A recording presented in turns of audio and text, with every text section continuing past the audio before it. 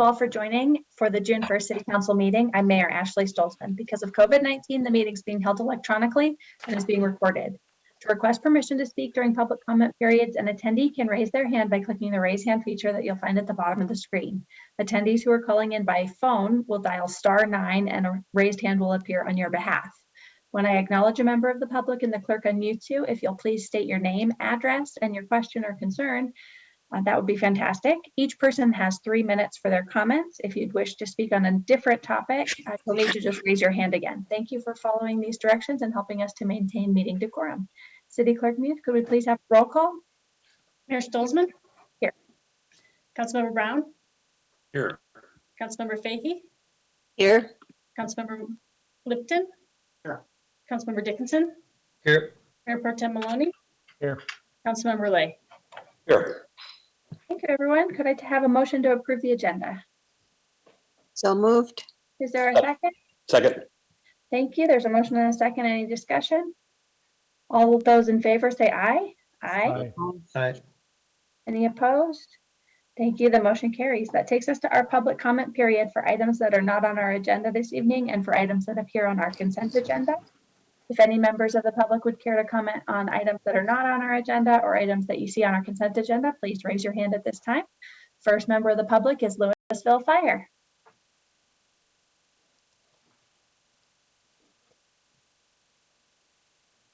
Good evening, Madam Mayor, City Council members. City Manager, City staff. This is the quarterly check-in and are answering the questions that you might have over the last couple months, and also to provide a safety tip for the quarter. So, any questions at all? I'm not seeing any, Chief, but it's great to hear from you as always. We'd love to hear your safety tip. Okay. I should have done lightning because of the close lightning strike that we had yesterday, but I chose bicycles instead. 846 people were killed in 2019 between on bicyclists that have cars and other items. So my safety tip is make sure you have correct fit helmets, ride a bike that fits you, ride a bike that works, wear equipment to protect you and make sure you're visible.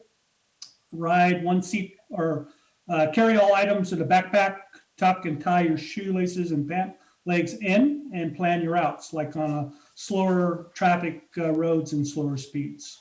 Always drive defensively and make sure that you share the road with other people on the road. So thank you very much for everything you guys do, and that's all I have. Thank you, Chief. That's a great tip. Any other members of the public for public comment on items that are not on our agenda? All right, seeing none, that takes us to our consent agenda. Any comments on the consent agenda? Seeing none, could I get a motion to approve the consent agenda? Is Motion to approve the consent agenda. there a second? Second. Any discussion? All those in favor, please say aye. Aye. Aye. Any opposed? Thank you, everyone. The consent agenda is approved. That takes us to council informational comments on pertinent items that are not on our agenda. Any council comments this evening? Seeing none, it takes us to our city manager's report. City Manager Balser. Good evening. This is Megan, Deputy City Manager. I believe City Manager Balser is having some technical issues with her microphone. So I'm not sure if she has a report, but if I could, I need to check in with her and see if I can help her troubleshoot. And maybe we can have a chance for her to give an update later in the evening. In our council comments, committee reports, and identification of future agenda items, we'll move the city manager's report. If there are items. If I could interrupt for a moment, she did want me to make a slight report for all of you. On June 14th, we will be hosting a city council candidate informational evening. If you know anyone who is interested in running for city council, there are 3 seats on the ballot in the fall. 2 of you are eligible to run again, but the 3rd seat, no one is eligible to run again. So we'll be having a short presentation at 6 o'clock on June 14th to give you a little idea what the city council does and some of the technical information on how to get on the ballot if anyone is interested. Thank you very much, Meredith. That'll be fantastic, and we'll all encourage folks to come to that meeting. That sounds great. All right. So that takes us to our next topic this evening, which is our first item of regular business, and it is a proclamation. So let me get to that section. And so I will be reading this proclamation this evening, and then we'll vote on it. So we are going to proclaim June 2021 Lesbian, Gay, Bisexual, Transgender, and Queer Pride Month. Whereas the city of Louisville has a diverse LGBTQ community that includes people of many races, ethnicities, religions, and professions. And whereas diversity is a community asset that enhances and enriches the lives of community members. And whereas the bravery and courage of those who fought for dignity and equality at the Stonewall Inn over 50 years ago continues to inspire advocates and allies in Louisville as they continue to build community of inclusiveness and acceptance. And whereas LGBTQ rights are human rights, and whereas the fight for dignity and equality for LGBTQ people is reflected in the tireless dedication of the advocates and allies who strive to make this a more inclusive society. And whereas no matter who you love or what your gender identity is, you're welcome in Louisville. And whereas during the month of June, residents of Louisville are encouraged to join together and celebrate and honor the history, diversity, and resilience of LGBTQ communities. And whereas Louisville honors its commitment to the promotion and protection of human rights and of LGBTQ residents, now therefore be it resolved by the City Council of Louisville, Colorado, that the month of June 2021 is recognized as Louisville Lesbian, Gay, Bisexual, Transgender, and Queer Pride Month. And it urges all residents to respect and honor our diverse community and celebrate and build a culture of inclusiveness and acceptance. So with that, I'll ask all council members in favor to please say aye. Aye. Aye. Aye. Aye. Any opposed? Thank you, everyone. The motion carries. And that takes us to our next order of business this evening, which is the Rocky Mountain Metropolitan Airport Roundtable Update. We'll have a staff presentation, so I'll turn it over to Deputy Manager Davis to start the presentation and tell us who else might be presenting. Yes, good evening. I'm actually going to turn it right over to Emily Hogan, who's Assistant City Manager for Communication and Special Projects, and she's going to share the presentation. Thank you. Good evening, Mayor and council members. Can you hear me okay? Yes, Great. we can. Staff is presenting an update on the airport noise mitigation project. The 2021 council work plan includes continuing efforts to address noise complaints from Rocky Mountain Metropolitan Airport with neighboring communities. Staff has completed work related to this topic over the past few years, and that work continues today through the RMMA Community Noise Roundtable. The roundtable was established in January of this year. Staff presented an update on the roundtable's progress during the first quarter on March 2nd, which is summarized in staff's memo. This update will focus on the second quarter. At the March 8th meeting, the roundtable heard from the FAA in regards to restrictions placed on the airport through grant assurances and paths forward to address noise, which include a voluntary noise abatement program, which is already in use at RMMA, and potentially changing flight paths and the process that would be involved. Councilmember Lipton also presented an overview of the airport traffic heat map that was produced by a Louisville resident. At the April 5th meeting, the RMMA director presented on trends regarding noise complaints and operations, noise over the past few years, and then operations from the 1970s through today.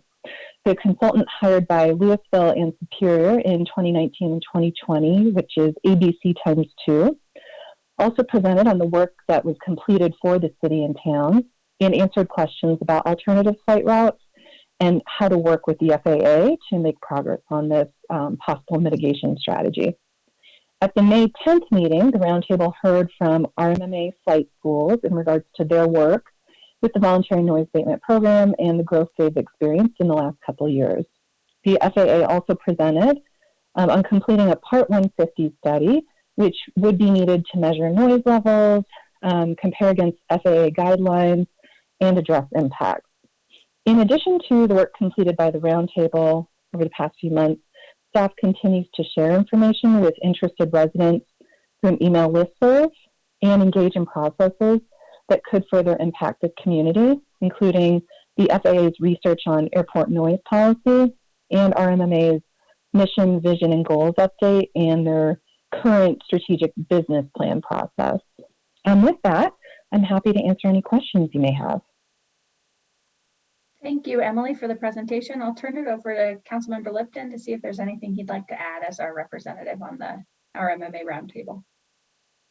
Thank you very much. I think Emily did a great job with the presentation. I want to thank Emily and Megan for all the work they've been doing on this on a very ongoing and consistent basis.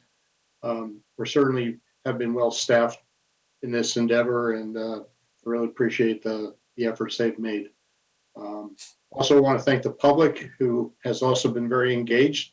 The first half hour of each of the roundtable meetings is generally to take public comment, and we do get quite a few of the public that come in and provide us their comments. They get 3 minutes to do that. Certainly want to thank Kyle for being the alternate for this, and I know he's in the background watching the meetings, and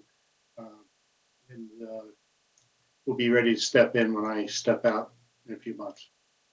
So Emily provided a very thorough packet. I know you have all read it in great detail. And she also made a nice brief presentation. But I think tonight what we really wanted to do is not do more presentation, but to be able to be responsive to any questions you might have, and also to hear from the public. I think there are a few people that are calling in tonight that may want to provide some public comment. So why don't we start with all of that, and then perhaps we can answer your questions and talk about how we're going to move forward with this. Thank you very much. So if council members have some preliminary questions, this would be a good time. And I'll just start off with a couple. So I'm not sure if Emily's the right person. Well, probably Emily. So I'm completely appreciative of the packet of information, and just for all the folks that are tuning in, there's a packet with a document of a write-up in it posted online that everyone has access to. So that's what we're referring to. And, you know, it is a little discouraging to see the process that's outlined as a multi-year process, to see the flight routes changed. And so I just wonder if the council or if staff thinks it would be useful. I've written a few letters to the county commissioners, but if I could go testify at their public comment periods to try to convey the severity of the issue, because I mean, it has escalated. There are absolutely some community members who love the airport, don't get me wrong, and I understand that, but by and large, I get emails from people who are bothered by the noise, and it seems to be escalating, and it has escalated over the last 7 years. And so it seems like, you know, we have to go down this 2-year, multi-year, 3-year path, and that's what the FAA has laid out, and I understand that. But are there shorter term actions that we could take to work with the airport more aggressively? It's just very hard to accept that the airport was able to change the way they were operating to increase traffic so much, but then to change it again takes a 3-year study. That just seems very hard. So do you think it would be useful if I did those things, or what should we do? Well, let me start, and Emily, you can jump in anytime. You know, I think where you stand is a function of where you sit as related to this issue. And it's clear to me that the communities that are more greatly impacted, which are the northern communities in Boulder County, have a lot more interest in seeing this move quickly and thoroughly and seeing change. And there are other communities, and perhaps Jefferson County, that don't see the urgency that we see, mainly because they have fewer impacts and they have greater benefits directly and indirectly from having the airport. One of the projects that they're currently working on is the development of a new business plan, and I won't say a master plan, but a land use plan that will define expansion opportunities for the airport. And I don't want to sound alarmist, but there is a section of the airport that has not yet been developed, and the airport and the commissioners are very interested in seeing that area develop. And one of the options they are looking at is an increase in the amount of land dedicated to general aviation, which, you know, also supports flight schools and other single propeller, you know, type flying. They're also looking at the possibility of scheduled commercial service or corporate service and a number of other uses, including R&D and manufacturing, that certainly will increase the crowd in the skies and the impacts to the surrounding community.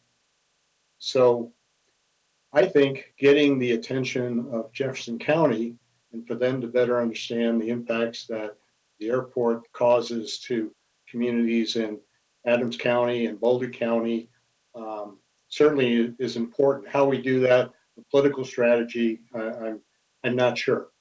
I do know County Commissioner Jones is greatly involved with this, and he's been very helpful.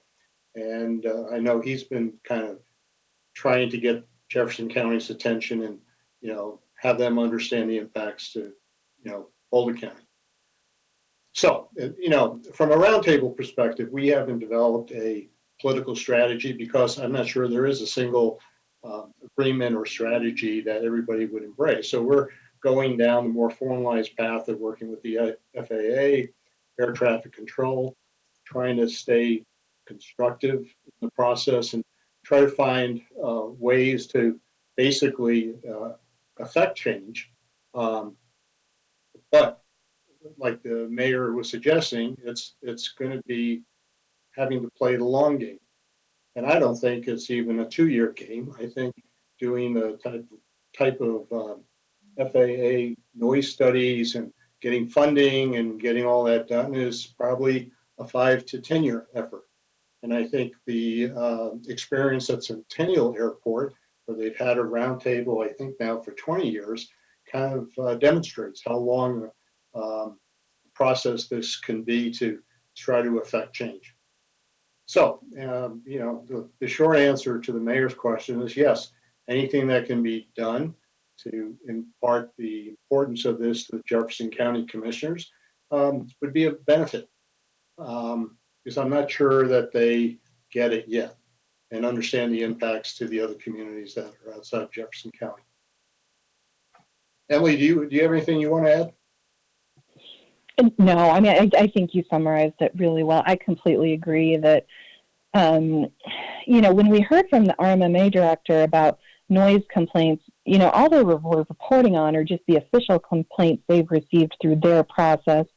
And, we heard from roundtable members say, well, that's, we're hearing from constituents, all the time, and they may not be filing those reports. So it's not necessarily reflective of all of the concerns that the communities are experiencing. So we've said that before. So I think it's really important for them to keep hearing from, communities who are impacted to understand the extent of the impact. And I also think the strategic business plan, they've said they really want to engage the communities on that. So there's a survey that's open right now that we posted a link to on the website, and we're just tracking that process to notify our residents as best as possible to make sure that, they're hearing our voice and hopefully, they listen to it and take it into consideration, but at least, we're making people aware of it and it's giving them the opportunity to engage. So yeah, I think the more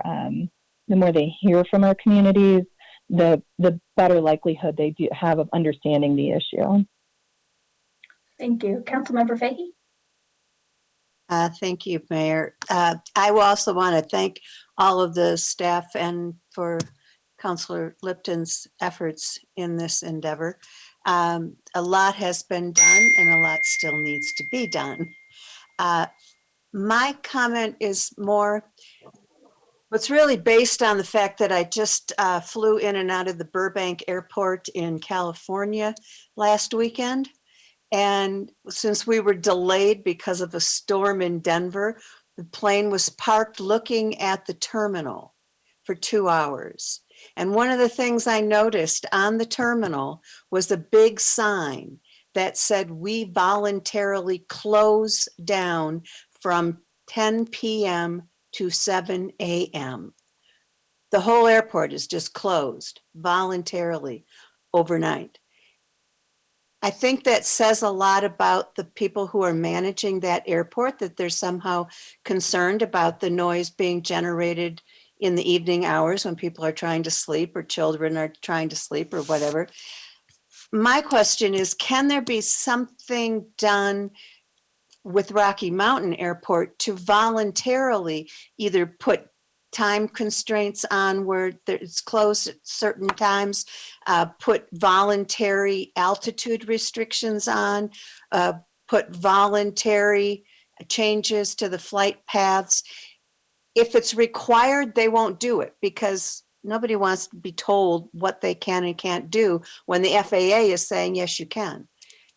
But if we can somehow get them to see that a voluntary restriction would be so helpful and so appreciated. And I recall it was about 2 years ago when the FAA first came to the airport to do their first discussion before, and that was when they told us we needed to start a roundtable.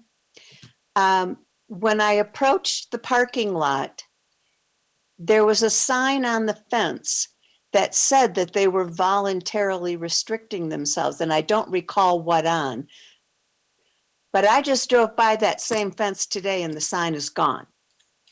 So they're not voluntarily restricting themselves anymore, I guess. So anyway, I just think it would be helpful if we could get them to see how much goodwill they would foster in the community if they did something voluntarily. So could I respond to that quickly? Yes. In the packet, there is a description of their voluntary restrictions that are in place now.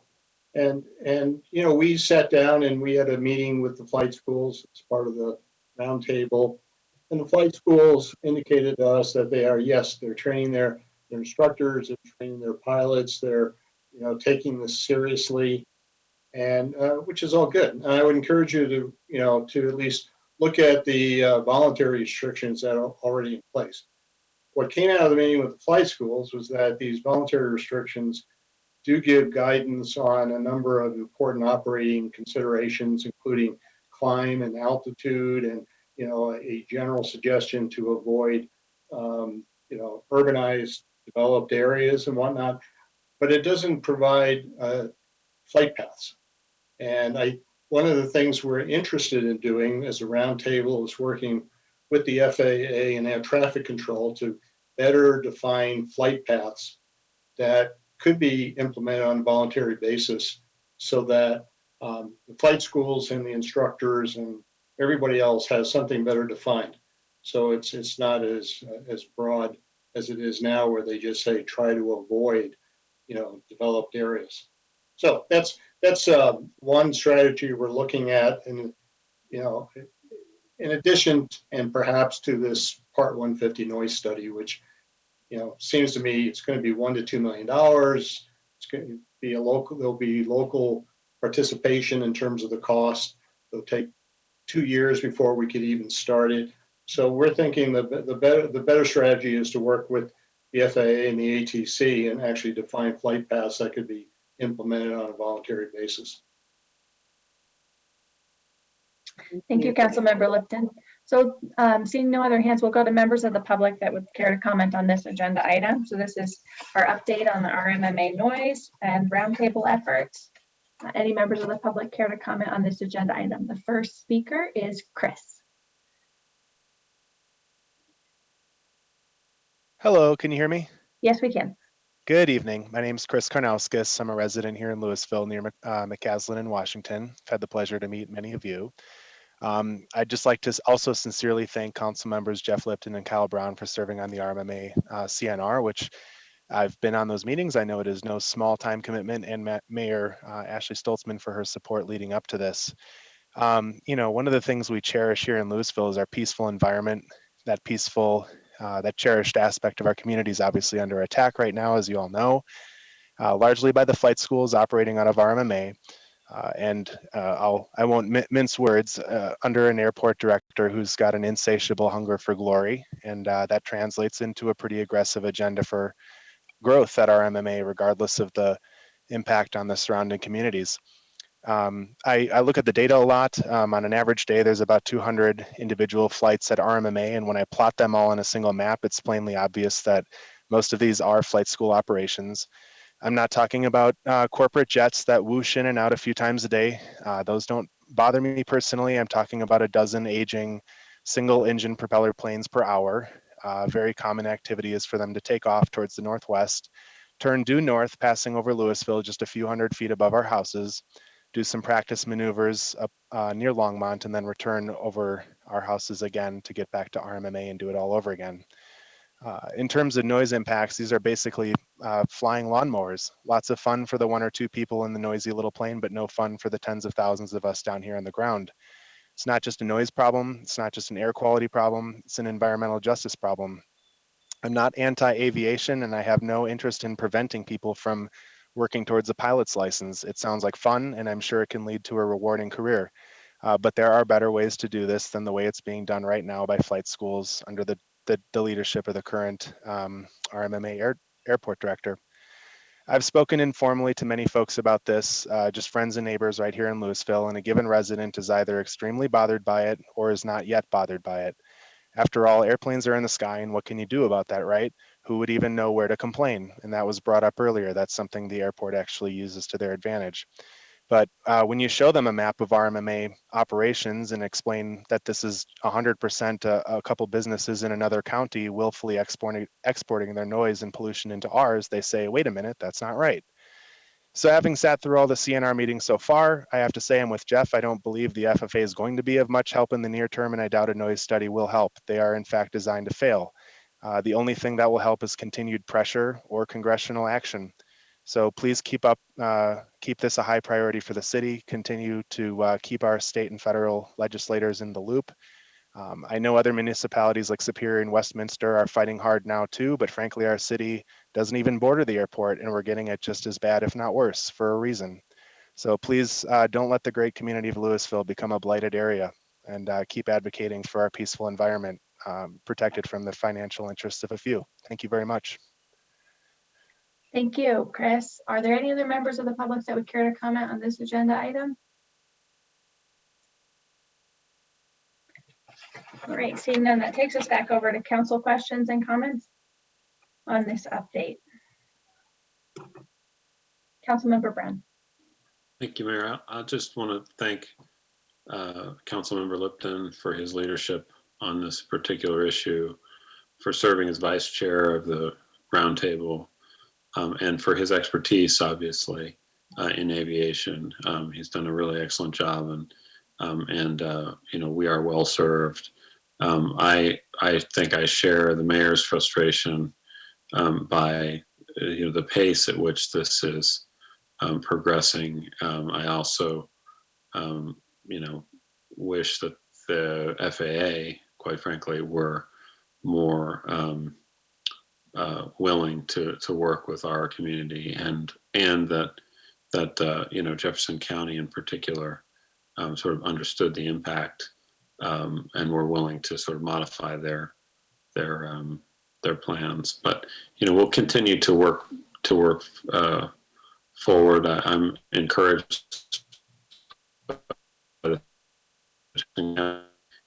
is at the table, and that they have representation on the noise roundtable, and we can, that we will continue to work with them.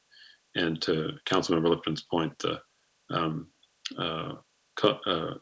Commissioner Jones is a great ally for us, and so we appreciate his efforts as well. So anyway, thanks for everything you're doing, Councilmember Lipton, and we'll continue to. I'll do my part to continue to push on this issue. So.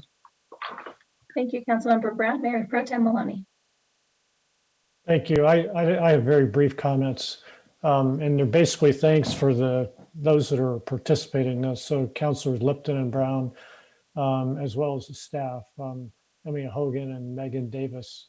But my feeling on this is we have to remain hopeful. We have to be optimistic that our efforts are going to pay off in the long term. And I think that it's really important for us to maintain energy around this and not get dissuaded by some of the the tactics that we're going to run into. So I appreciate the efforts. And this is just a rah-rah speech for we need to keep doing this. And it may not be this year, it may not be in 2022, but I believe if we stay the course, then we will make an impact. Thank you, Mayor. Thank you, Mayor Pro Tem Maloney. That was a very uplifting note to end on, that we need to stay the course. Oh, we're not ending on it. Councilmember Lay. Tough act to follow, but I know you're up to it. Yeah, I'm not planning to rain on anybody's parade. I want to just circle back to your original comment, Mayor, about whether it would be good to for you to speak again in some form somewhere. I think what you've heard is certainly something I agree with, which is that we've got to keep this issue as hot as we can, knowing that we have limited ability at times to affect that situation, but we do have some ability. And I wonder, I think you had mentioned, and correct me if I'm wrong, about talking to our own county commissioners, but I wonder about whether it might not be bad to actually show up at a Jefferson County. Yeah, Councilmember Lay, let me just clarify. So I have had several conversations with our commissioners and private conversations with the Jeffco commissioners. But I guess I was asking if, maybe escalating it to a public. So we've written some public letters that have been entered into their record, but perhaps if I went to their Jefferson County commissioners meetings and just made, like the fire chief does for us, just attend meetings, maybe on a quarterly basis, and remind them that this is still a big issue for us, and just explain the magnitude and, what's happened over the last quarter. I could do something like that just to make it more of a public presence. I'm not sure that the individual conversations are having an effect at this point. Yeah, and I mean, it's so hard to tell whether that would have more effect or not. I mean, you have to ask the question, how's it going for us, given what's happening? And I appreciate your looking around for other alternatives. I certainly would support your doing that. I wonder whether we have any bead on kind of the timeline for Jeffco's development plans up there, because I wonder if, as that process proceeds, that might be a very good bit of timing. I'm perfectly happy leaving it to your discretion, Mayor, as to how you do that, but I think as that process goes forward, that's certainly a nice opportunity to come in and say, you're creating externalities here, which are really, a concern, and we ought to be good neighbors. And this is not being a good neighbor necessarily. Well, the study they're doing now, I think, is going to be wrapped up in 3 to 6 months. It's actually on a very fast schedule, and it will be presented to the roundtable, but then eventually presented to Jefferson County and the commissioners. And I think it's important that they hear public comment and comment from the various communities that, might be impacted by whatever those future development plans might turn out to be.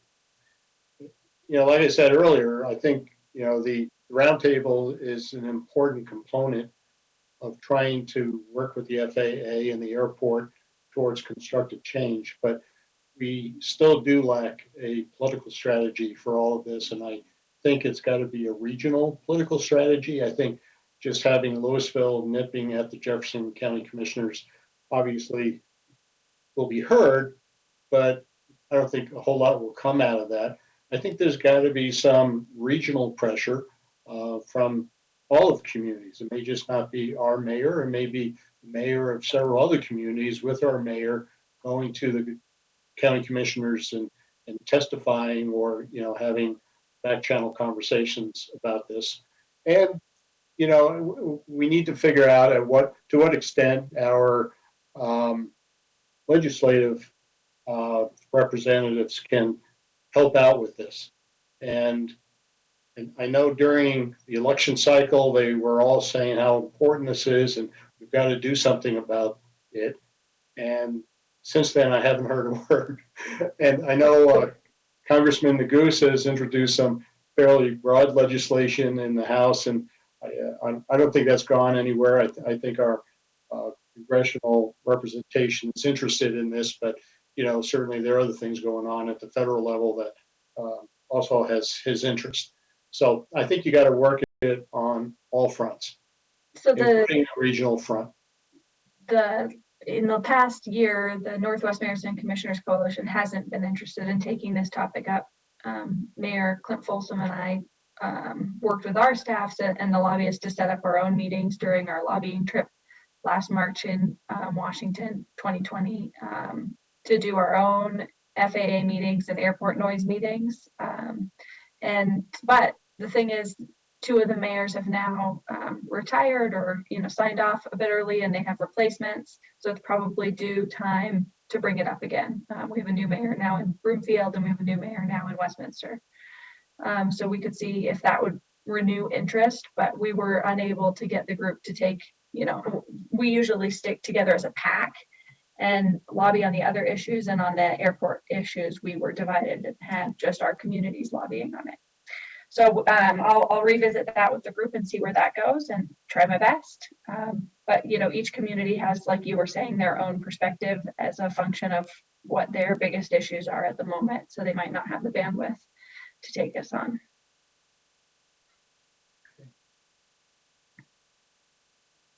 Any other council member comments? Mayor Pro Tem Lonnie, would you like to say your hopeful statement again, just so we can end on that positive note? I think that was fantastic, the way you laid that out. There's been significant hurdles, but folks are chipping away at this, and if we stay the course, then we do think we're on a path where we'll be able to make some progress in the long run. So thank you for that inspirational comment.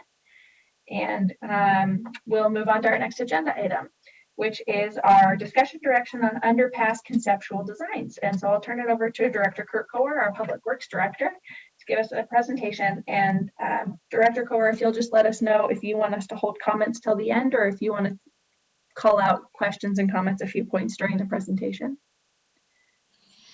Good evening, Mayor and Council. I would love for this to be interactive tonight, and I think I want to keep it simple.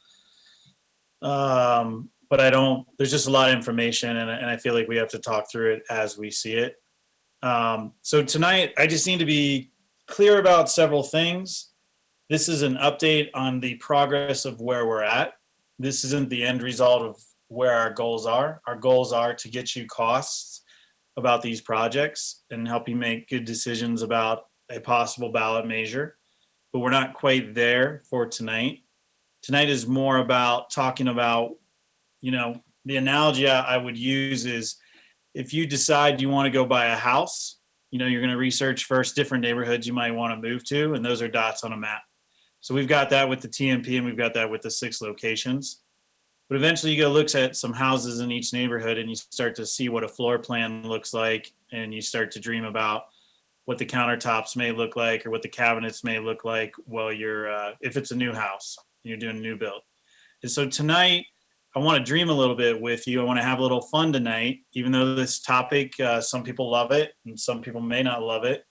I want to dream a little bit to make sure, as I work towards getting final cost estimates for the council to make decisions on, that we're programming in the right type of costs, the right type of look for these underpasses, and the right type of feel, because I don't want to give you a cost that's a complete bare bones, ugly concrete underpass, and you envision something more South Street. So we need to figure out what your thoughts are as you represent the community, and that'll help us build in finish levels and give you better cost estimates. So I'm just going to move through the, and I also want to make sure this is exciting. We're doing exciting things.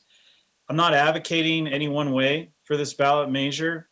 I think what's important to realize is the effort we're going through right now applies to any option you choose. Whether the city moves forward with the ballot measure, it supports that, or if it doesn't, it still supports the design of places where we want to put underpasses. In several cases, it will support where we should likely, sooner than later, work with landowners to get property or not to preserve the ability to build these underpasses in the future. Because in some cases, you can't build these without property.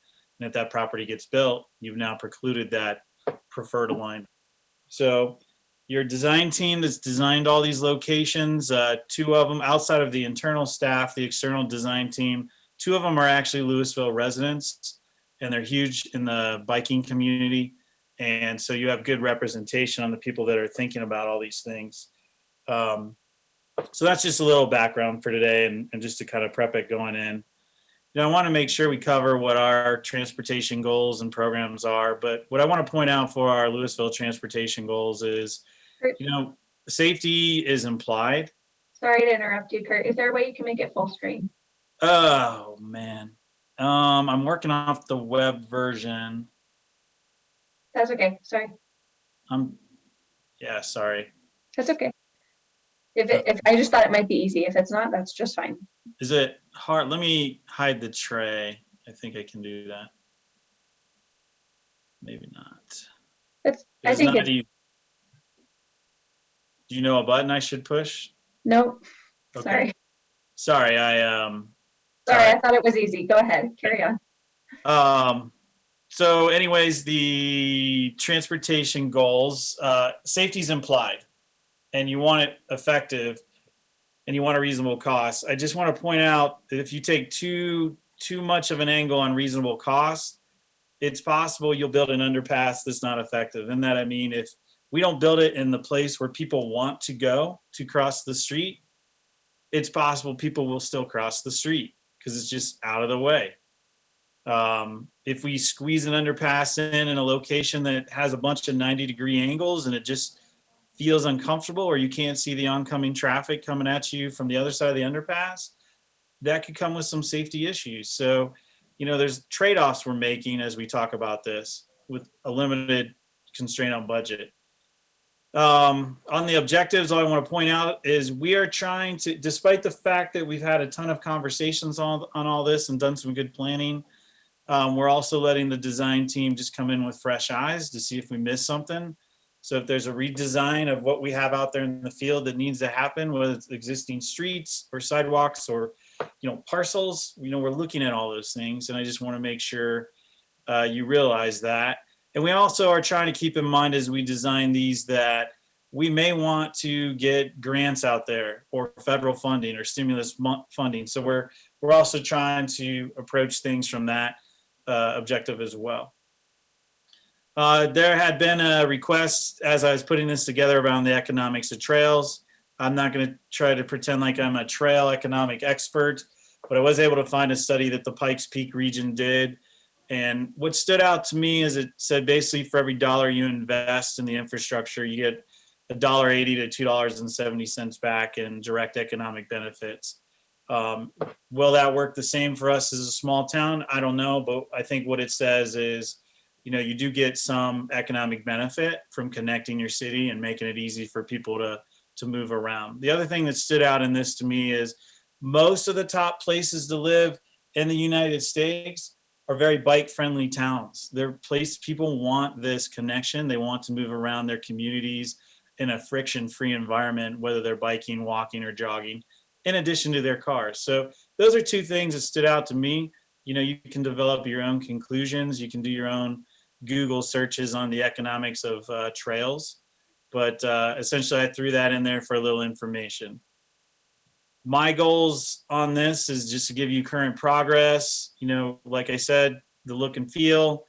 I want to get your thoughts really on what you see, what you like, what you don't like. And then I think important coming out today is we really got to start to bring home this prioritization. You know, we're going to bid these things roughly a year and a half from now. And we don't know what pricing will be at that point. So despite our best efforts today, a lot of things can change that far out. And so it's important to keep that in mind. These are just thoughts for to stimulate you to think about how to think about these underpasses. It's not just necessarily connecting a point from A to B between 2 pieces of concrete. these things, if done right, they can just add a look, they can add feel to the locations they go in. You know, they can make some of these commercial areas feel like a place that people want to be versus pass by.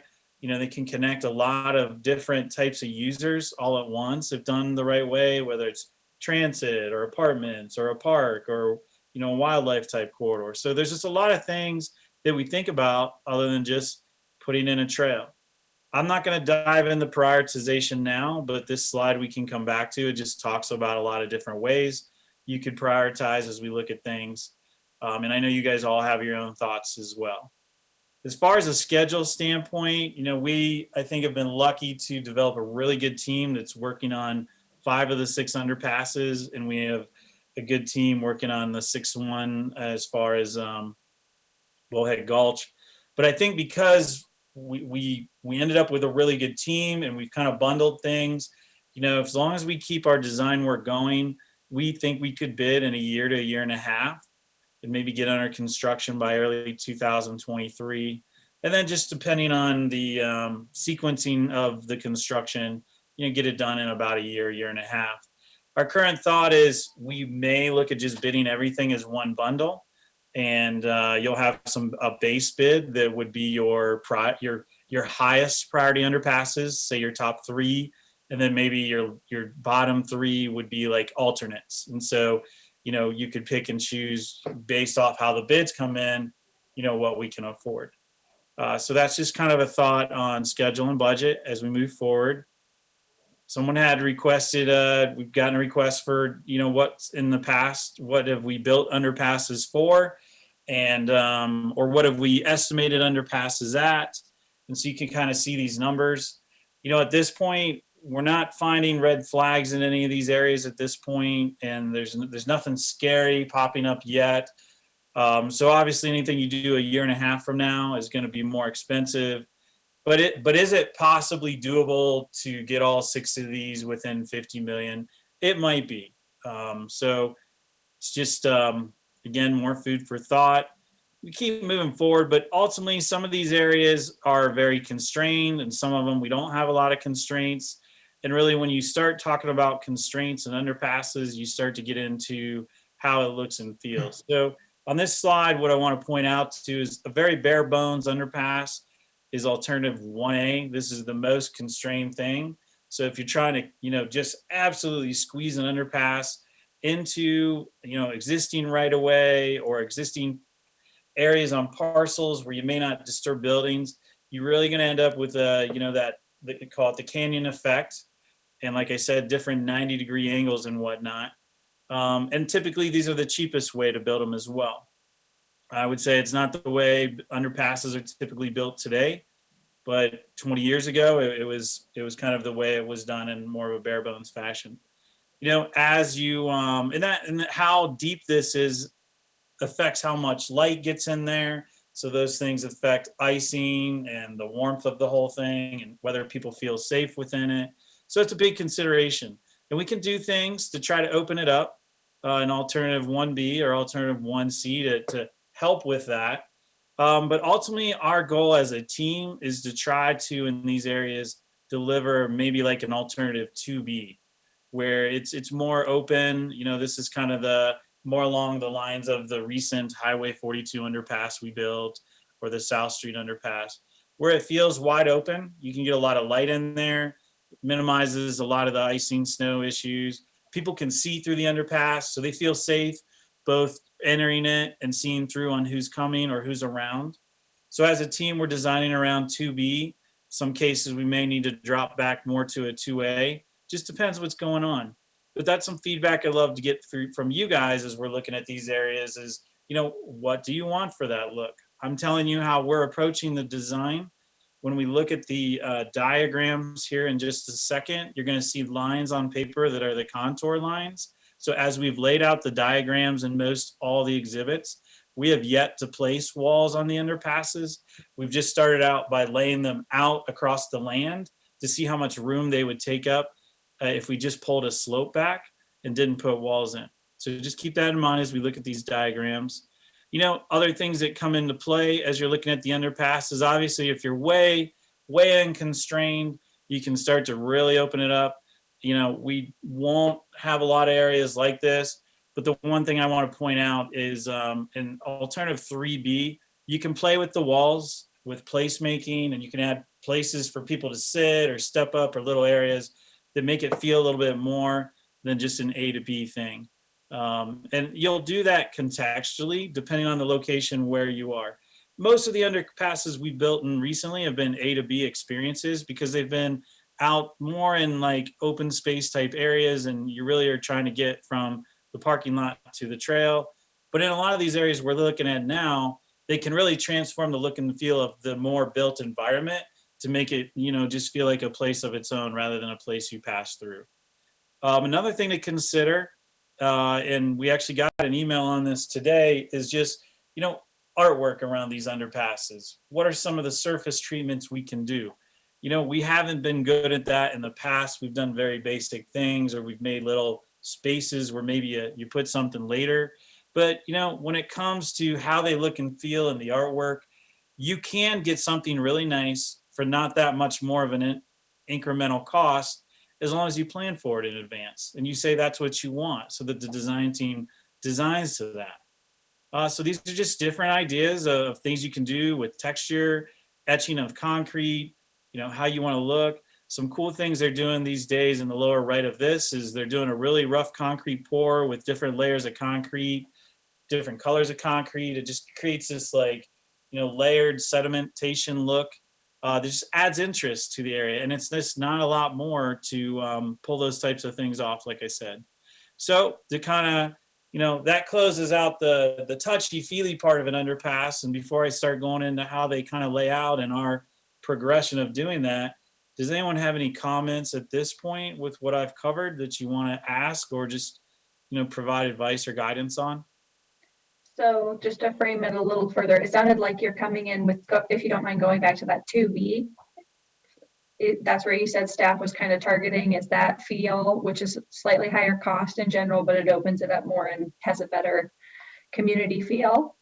Correct. Did I understand you correct? And so the question I think Director Corr is asking is, are we on track with generally them designing around 2B and then incorporating public art on the front end to ensure that there's public art thought up front?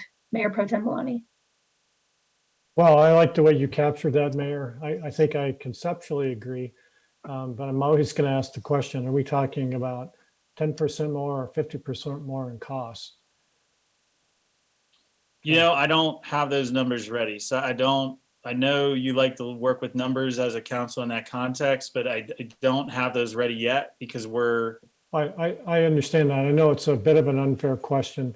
I'm just saying, if it means we build X or X plus 1 based upon what kind of design, that might affect my decision here. But I like the way that the mayor framed it. So I'm not asking for a question. I'm just laying it out there. When we get this information, that'll be part of my lens.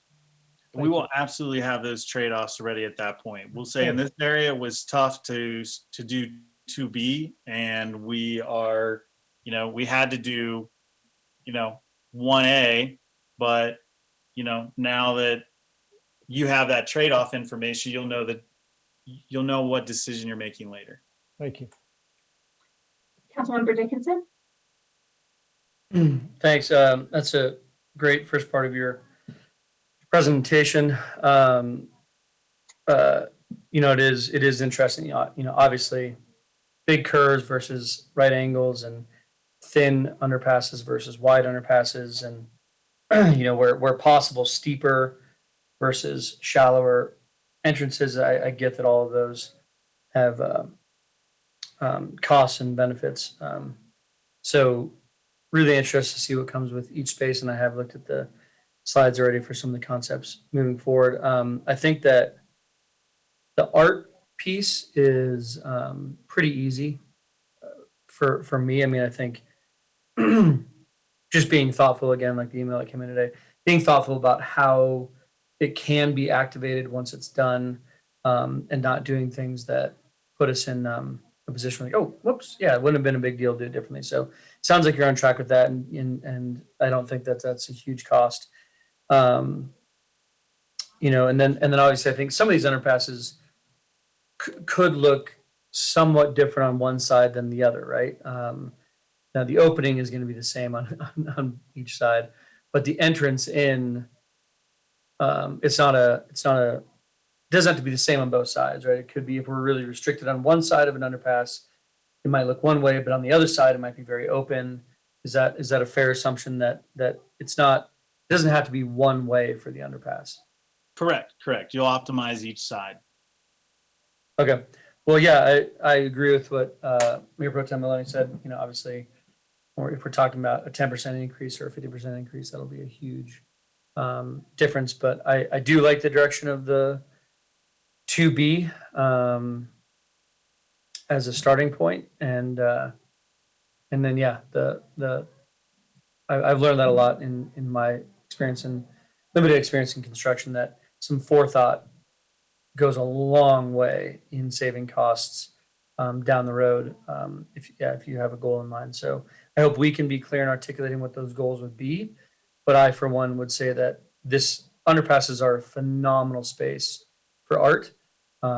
We don't have a very, urban feel in Louisville. We don't have a lot of spaces for, we have some, but we don't have a ton of spaces for murals or, 100, 200-year-old buildings. But these spaces are just a phenomenal opportunity for some creativity and some art. So I do hope we take advantage of them. Thank you. And so just so everybody knows the plan, so because we're having this interaction, we'll take all the public comments at the end so that we have all the topics, and none of these decisions we're making are final decisions. We're just guiding the next conversation that we're having in June. And so a little later in the presentation, we'll take all the public comments. And so Kurt, you want to continue on? Sure. So we're just jumping into our location. So for those at home, we're looking at an area via Appian South Boulder Road, an area at Main Street and South Boulder Road, an area at South Boulder Road and Highway 42 on the east side. We're looking at an area at Bullhead Gulch and the railroad. And then we're looking at an area around the community ball fields on Highway 42. And then a last area at Dillon and Powerline Trail. So I've just got an order of documents I'm going through, and that order that we'll work through is going to be, we'll have concepts we've looked at a year or 2, 3 years ago. We'll look at bubble diagrams that talk about what are the high level thoughts that might drive what you want to connect in the area or not. Different wire diagrams that we've messed with over the last 3 to 4 weeks, and then we'll get into the diagrams. So we'll start off at Via Appian South Boulder Road. A couple years ago, we had an original concept where we picked up the trail, went under the road, and came up within the park. And we've, internally as a design team and with the Parks Division, we spoke about that concept and, thought that this was not possibly connecting as many uses as it could, and also would really heavily bisect the park, which may have, potential other uses at a later date in its life. And so we were looking at more so, how do you connect and maybe enhance some of the existing areas? So on the north side of South Boulder Road, you've got some apartments, you've got some homes, you've already got the trail coming through, you've got the ditch that comes through this area. There's a detention pond that's kind of, not so great looking. And so this area has a lot of potential to connect a lot of types of users and really engage kind of the natural environment to make it, feel like something more than it is today. On the south side, we looked at, you have transit in the area. And then we have some more homes over here. And as you get down to Via Capri, between Via Capri and South Boulder Road, it's an area of South Boulder or Via Appia that we were considering shrinking in laneage to continue our trend of more friendly roads, more traffic calming. It's in the CIP to do things like that on Via Appia next year. And so it just combined in with possibly as you change how Via Appia looks in that area, you can create some room for the underpass to come in and really just connect a lot more things and make a lot more access than what we would have had maybe if we were bisecting the park. So as you can see, just in these couple of diagrams, we're just kind of sweeping the underpass through and getting into along Via Appia and creating a detached walk. Via Appia has been shrunk with some curb. Both diagrams I really have on this one are fairly close. Some are just trying to smooth out the curve in the field more so than others. I just think the important takeaway in this area is the design team really feels like if we do this right, this is one you want to try to keep wide open, and almost instead of trying to pipe or miss the ditch, incorporate the ditch into the underpass. So you have this experience where you're kind of walking along the water and getting that water effect and more of that natural look. And then maybe, again, capturing on that north side, some reconfiguration of the detention pond and whatnot to create some spaces to, create a new area for people to engage. So that's Via Appia. Any questions on that area at this point and where we're going with that area? Any questions from folks? It's making sense. Nobody sees something that's not tracking. Looks good. Thanks, All Kurt. right, that's great. Moving on to Main Street and South Boulder Road. This is one of the most challenging locations. Back in 2019, we looked at a concept where we're trying to squeeze it in where we could. That brings you in from Main Street, and as you all know, as you look at this, it really moves you around. You got a lot of tight turns. You're ramping up to be on the street, and then you put people on a sidewalk that's going to go along the street. If you're using steps, you're coming up right to the street, and it's just, to be honest, this is one of those places where everyone that looks at it says, could you build it? Sure. Should you build it? I don't know. So we're trying to dream a little more, and we're not saying this isn't the way to go about it, but if you just had an open mind, what else could you do?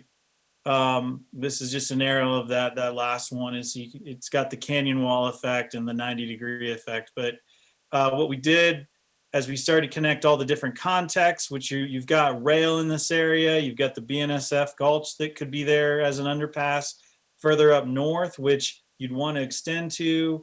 You've got the alfalfas and center court area that you want to connect to. We've got undeveloped land in the southwest corner. All these things we want to connect. We just said, if we wanted a straight underpass that could flow comfortably and continue up north in a smooth movement, then how would that look? And this is how that looks. And in this impact, it affects buildings. And so these types of things are considerations we're making. We said, what if we tried to make that same thing happen on the other side, on the east side? How can we make that flow on the east side? And how can we work with Coal Creek Station property owners and the Steel Ranch area to maybe make these flows happen? And so this is the first area where we're trying to dream a little bigger than we had before. The context is these are 100-year improvements. And if you do everything right and you do your 100 improvements right, you're going to build this amazing community. If you let short-term problems or hurdles get in your way, then you might build a lot of things that aren't great. And over time, you cobble together these things that sometimes just don't feel right when you're there. So there's a balance between those two ends of that spectrum, but that's what we're trying to look at. So currently right now, this whole area is really still up in the air, and we have to land it in the next week, and we need to give you a cost on an alignment. Why I wanted to show you these other things is because Wednesday, we are meeting with our entire design team on site, Thursday. We'll be going and doing site visits everywhere, and we'll be doing some more shredding based off the feedback we get from you all. But more importantly, we're actually going to be meeting with some of the property owners and doing some shredding with those property owners. In a lot of these areas where we are having land impacts on property owners, we have talked to them all.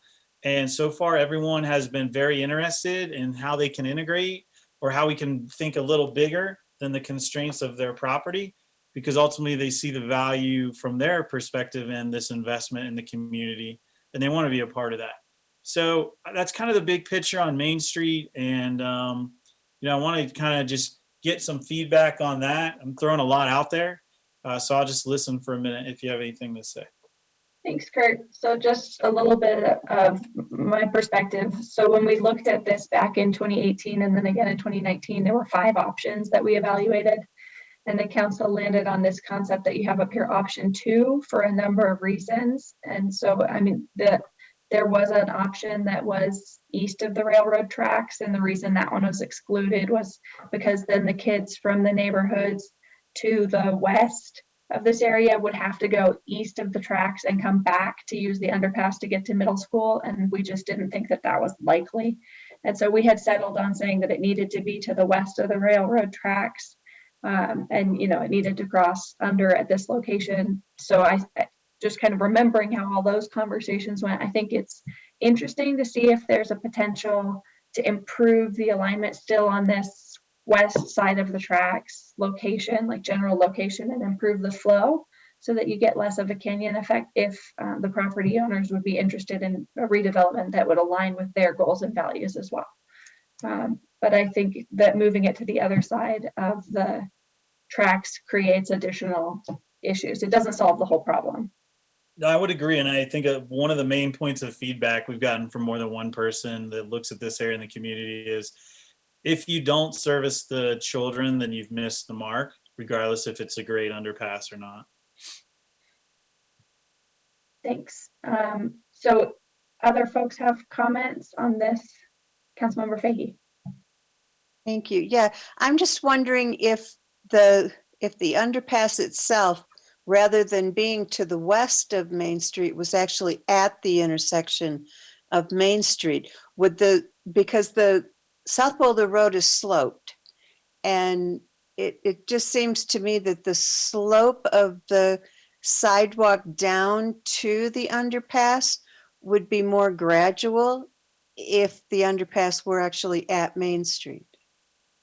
Or does it Yeah, not? I don't have all the grades memorized, but you can kind of see as you come down here, how far the grading comes out. So the wider it is, the more impact. So I don't think there's a significant difference in the height of the underpass, whether it's offset or at Main Street. Not enough to say, there's not enough difference to say you'd want it in one place or another because of that. It's more just would be a factor of flow and continuity, and being out of the way from the intersection. Mayor Right. Pro Tem, oh, sorry, Councilmember Fahey, were you done? Yes, thank you. I'm sorry for cutting you off there. Mayor Pro Tem Maloney. Thank you, Mayor. Well, Kurt, I think this is food for thought. And along the lines of the mayor's comments, I'm wondering about the flow. So we do have a lot of middle school students who live on the north side of South Boulder Road who right now are, you know, they're crossing South Boulder Road. We're looking for something more elegant than that and safer than that. And the west side makes sense. I'm trying to understand why they would not continue doing that, even if there was a underpass on the east side. So do you have any thoughts around that? Because it seems to me that it would be a bit awkward for those students to want to travel over the railroad tracks, then go under South Boulder Road, and then they have to cross South Boulder Road again. Yeah, I think that just comes into play where I said we would miss the mark if we put it on the east side. I was just trying to provide that exhibit. If all other attempts on the west side failed and you needed the east side to flow, that's how it could look. But I don't, at this point in time, I wouldn't recommend looking on the east side. And everything should be focused on the west side. And I just, the highest thing I'd recommend is really consider what's the best 100-year flow on the west side for the community overall. Right. And what about moving it potentially farther west? You know, that's always an option as well. We were trying to stay by the intersection. I don't know the split of who comes south from Steel Ranch and who comes from the other neighborhood as far as the children. So I think if you move it further west, you could maybe you lose some people that are coming from the east and they choose to just surface cross, still use the underpass. Now, that being said, if we get a strong north-south connection up to Bullhead Gulch underpass, then maybe in some cases, you know, people will take that route to school. It is a little out of the way to go to Bullhead Gulch where we positioned it, but it's a possibility. Okay, thank you. Councilmember Lay. Yeah, thanks for this presentation, Kurt, and for the bit of dreaming that you're doing here. I would echo the comment of the mayor, and I realize that in some ways maybe the east side approach to the underpass is kind of a little bit of a straw man, but I think as far as sort of the 100-year flow, if you want to think of it that way, I think we're much more likely to get a good flow with with what we settled on a couple of years ago. I think the other piece is, although clearly the safety aspect and the kids crossing, particularly, we want to keep close to top of mind. I tend to think that this place that we're talking about moving is actually going to help the flow of pedestrians and cyclists downtown to go to dinner and to shop and so forth. I realize the nice potential track up to Bullhead Gulch that may still work a bit, but I don't know that that's the way we would best work around it. So I like this flow the best. Councilmember Dickinson. Thank you, Mayor. Yeah, it's interesting to not know, everything that'll be there. Like if we knew 100% that the Bullhead Gulch underpass existed, or 100% knew that it didn't exist, right, then it'd be a little easier to make some of these choices. I think, the east side underpass is not great for me because it doesn't get over or under the railroad. And if Bullhead Gulch existed, and I knew that, it might bother me less. But if Bullhead Gulch existed, I would probably prefer the one we're looking at right now that's on the screen anyway. So I think in both cases, I don't really like the east side underpass. So this west side one that we're looking at, I think is pretty great if we had the Bullhead Gulch. But, like I experienced in many different parts of my life, if you create two paths like this, and I'm putting an L up, people will find the straight line between those 2 points. And so they'll rarely take the long route and the long route that we've designed if there's kind of a shortcut route to take, even if it's less safe. So I feel like asking people to be traveling and go up through that one and then back through, I think people will end up not using it as much. So, the thought I've had is this intersection of Main and South Bowl Road needs to get me over the railroad or under the railroad, and over or under South Boulder Road safely. So if we're talking about underpasses, we're talking about both. But I think crossing over the rail, the original design of over the railroad and under South Boulder is probably my favorite of the three. And my second favorite, the one we're looking at with some sort of, reasonable option to connect back to this trail for you to cross at the surface, whether it's pedestrian or otherwise. If you were crossing the railroad on the surface, can you spiral back down to it? But with the buildings there, that looks difficult as well. So obviously super complicated. Love all the work you guys are doing.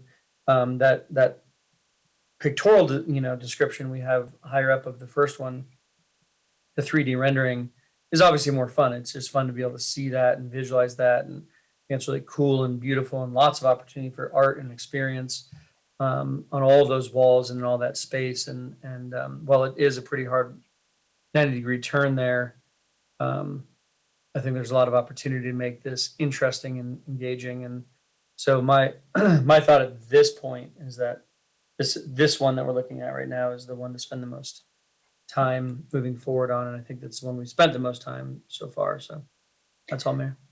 Thank you. Director Core, I have a question for you.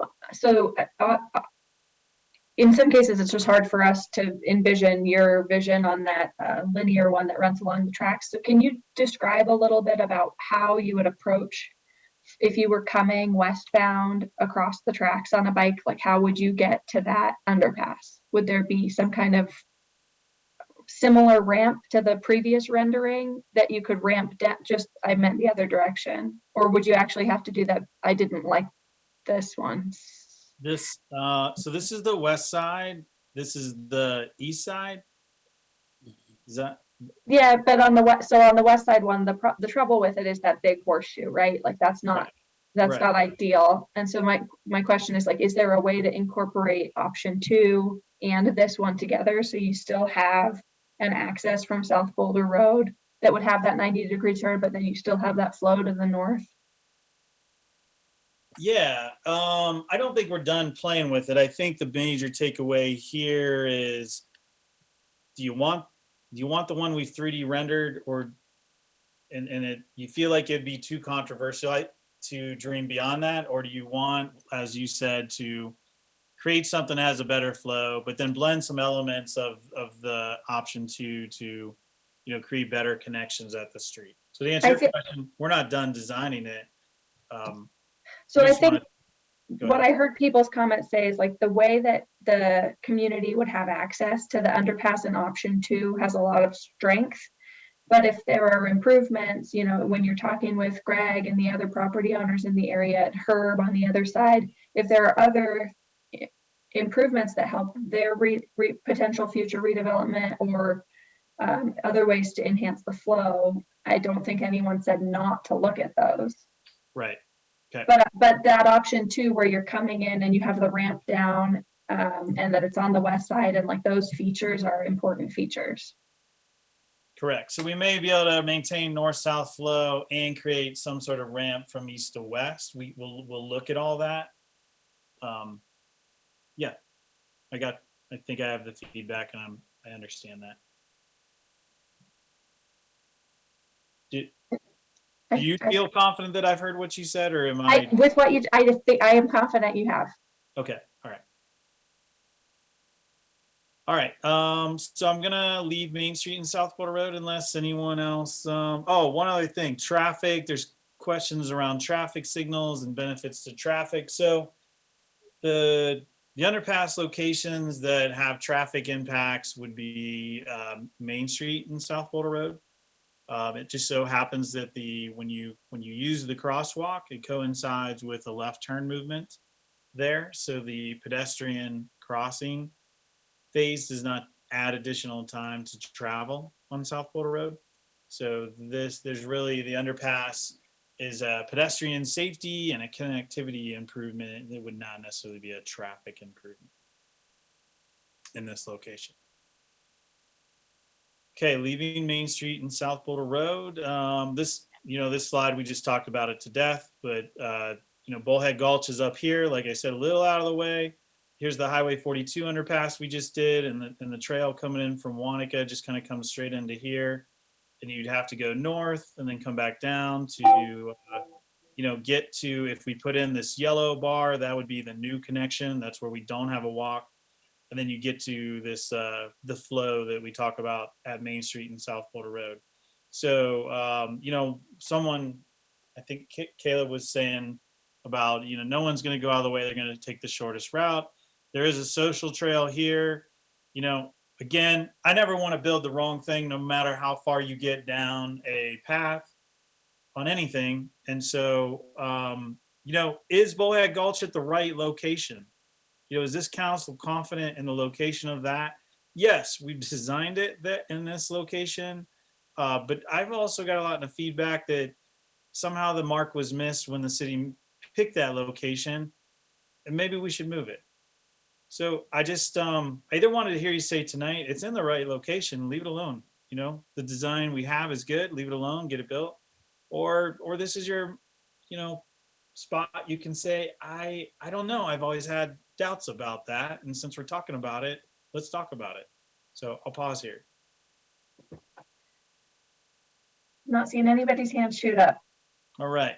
Just a second. Mayor Pro Tem Maloney. No, stay here. Just take a second. I don't know how to answer your question. Do you have alternatives? I mean, the other location would be you'd move the red line down to line up with your green line that lines up with your Highway 42. And, there's a lot of social trail here across the tracks. Once you build this, I guess, and let me explain a little bit further, likely when we build the Bullhead Gulch underpass, much like happened on South Street, the railroad will require fencing along the railroad to control access. That's why the black fencing went in when we put the underpass in. And therefore, the current social trail that seems to be used would likely not be available anymore. So this area would then always have to come up and come down, or they would just come down to Main Street through the apartments. So if you moved it and lined it up, it could have more usage for both the regional trail and the Louisville residents in that area. Right now it's kind of in line, but better for, to be honest, the Lafayette residents, and the Louisville residents, the border Bullhead Gulch, but not most of the neighborhood. Well, I mean, so my reaction to that is to put it in line. I've always felt that Bullhead Gulch, because I've ride that stretch a lot. And it seemed like if it was in line, it would make more sense. And I think there's a lot more people crossing on the social trail now than they're using the Bullhead Gulch link. Okay. Councilmember Dickinson? Kurt, are the yellow and green dots are those near that sort of turnabout, or is that a little farther north, like where the street ends? It's right Yeah, there. the yellow and green dots straddle the turnaround, basically. Okay, thanks. That's what I thought it was. Yeah, I mean, I think that's a fantastic location, and part of like trying to optimize the new underpass under 42. I think it gets used more if there's a positive connection there. So I mean,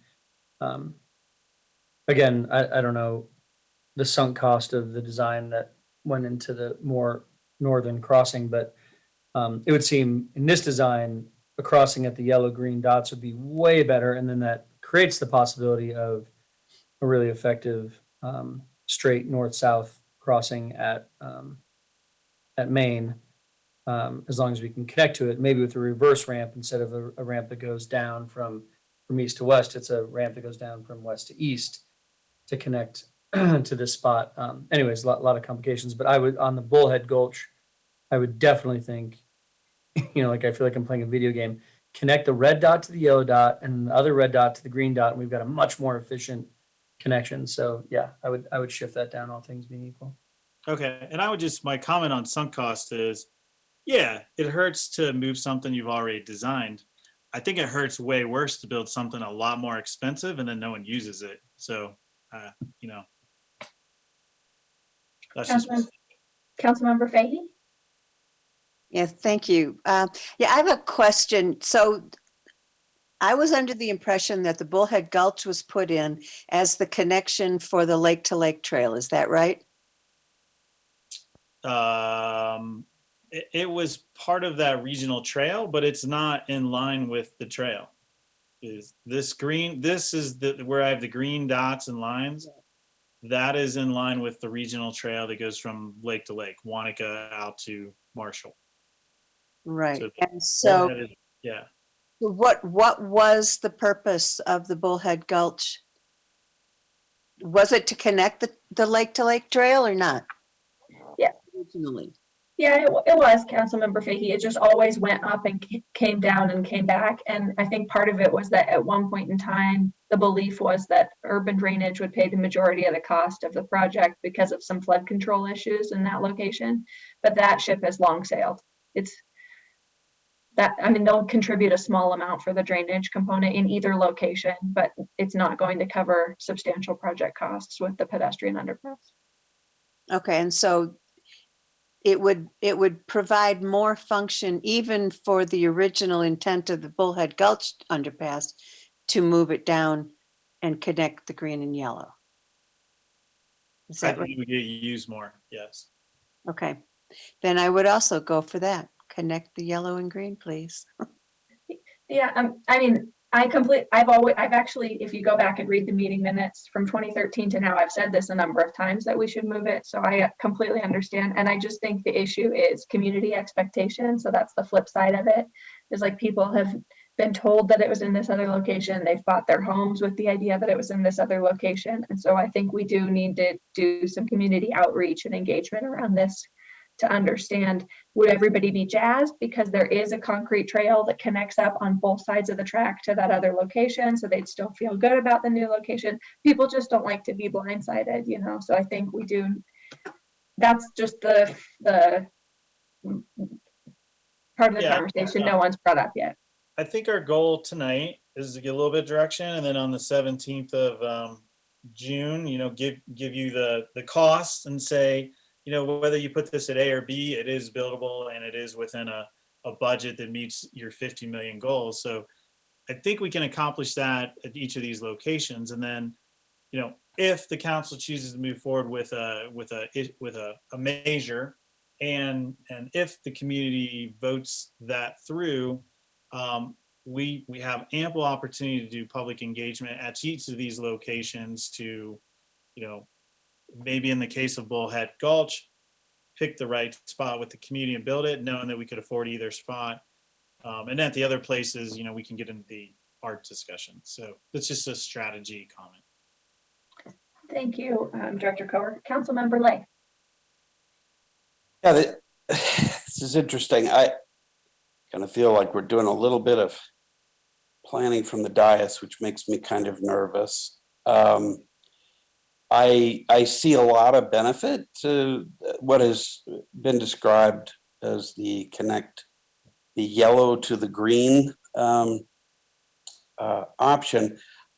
I would definitely agree with the mayor that the community expectation is certainly been clear so far, mostly because there's been no other, or there really hasn't been any robust discussion that I know of in the community around moving that crossing from it, you know, the Bullhead Gulch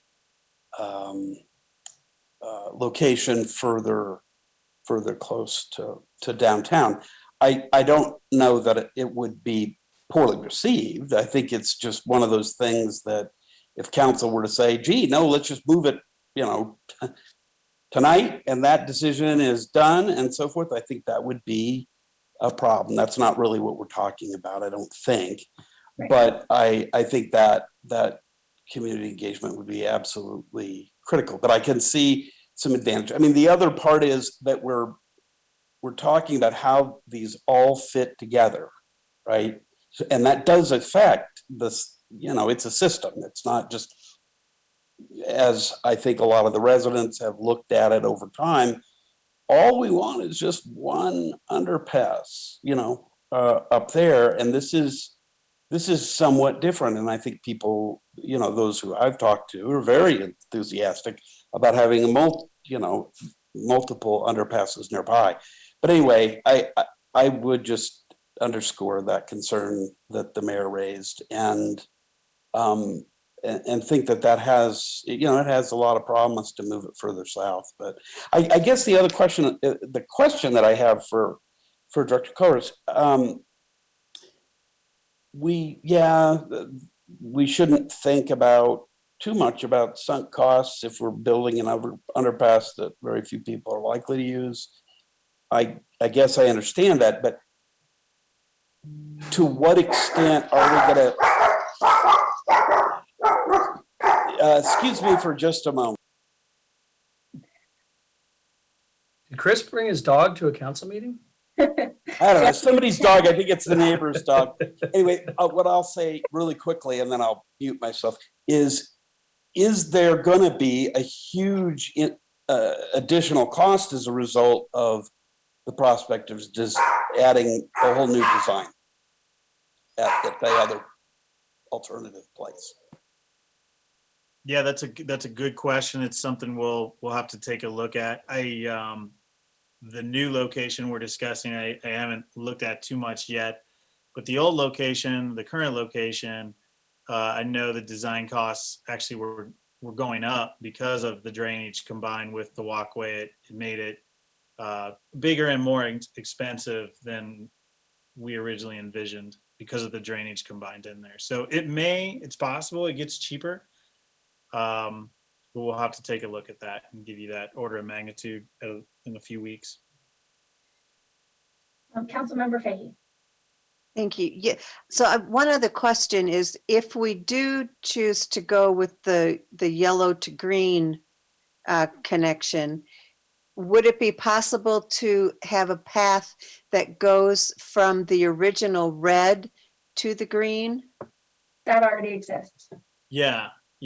So from Baseline Road all the way down to the yellow dot, there's a trail all the way down along there already. On the east side of the tracks? On the west side of the tracks. On the east side of the tracks, there's a trail that just kind of circles around the entire neighborhood on the east side. And then on the west side, it goes from here down to here. But it would still be possible for anyone who lives in the Steel Ranch neighborhood to go down a path to the new location or possible new location of the underpass. Oh, absolutely. You're just going to follow the trail down here and shoot across. Okay, great. Thank you. That all assumes you want to go to downtown in Louisville. Like, why would you want to go north, right? So. Exactly. All right, so Director Cowart, I feel like there was good consensus on this one on how to move forward. Okay, we'll work with that. Did you felt the same way? I thought I heard good consensus, and we'll look at, we will refresh the costs on the current design, and we'll look at a new design in that yellow to green dot location and get you both sets of information. Great. Highway 42 and Harney-Listoka, we call it that because it's got a lot of options. Just as a reminder, we in the TMP and when we built the short street signal, we all looked at and agreed that ultimately the Highway 42 in the area should be 4 lanes in either direction. And it's not a great experience to have an on-street bike lane. And the more you build bike lanes in current times, you do them separated. So we'll have a multi-use trail through the Harney-Listoka side and the ball field side. And so we're looking to connect that to the underpasses. So I'm just bringing up this slide to remind you, we'll have a bigger roadway cross-section, and we will be envisioning designing our underpass to accommodate that in the future.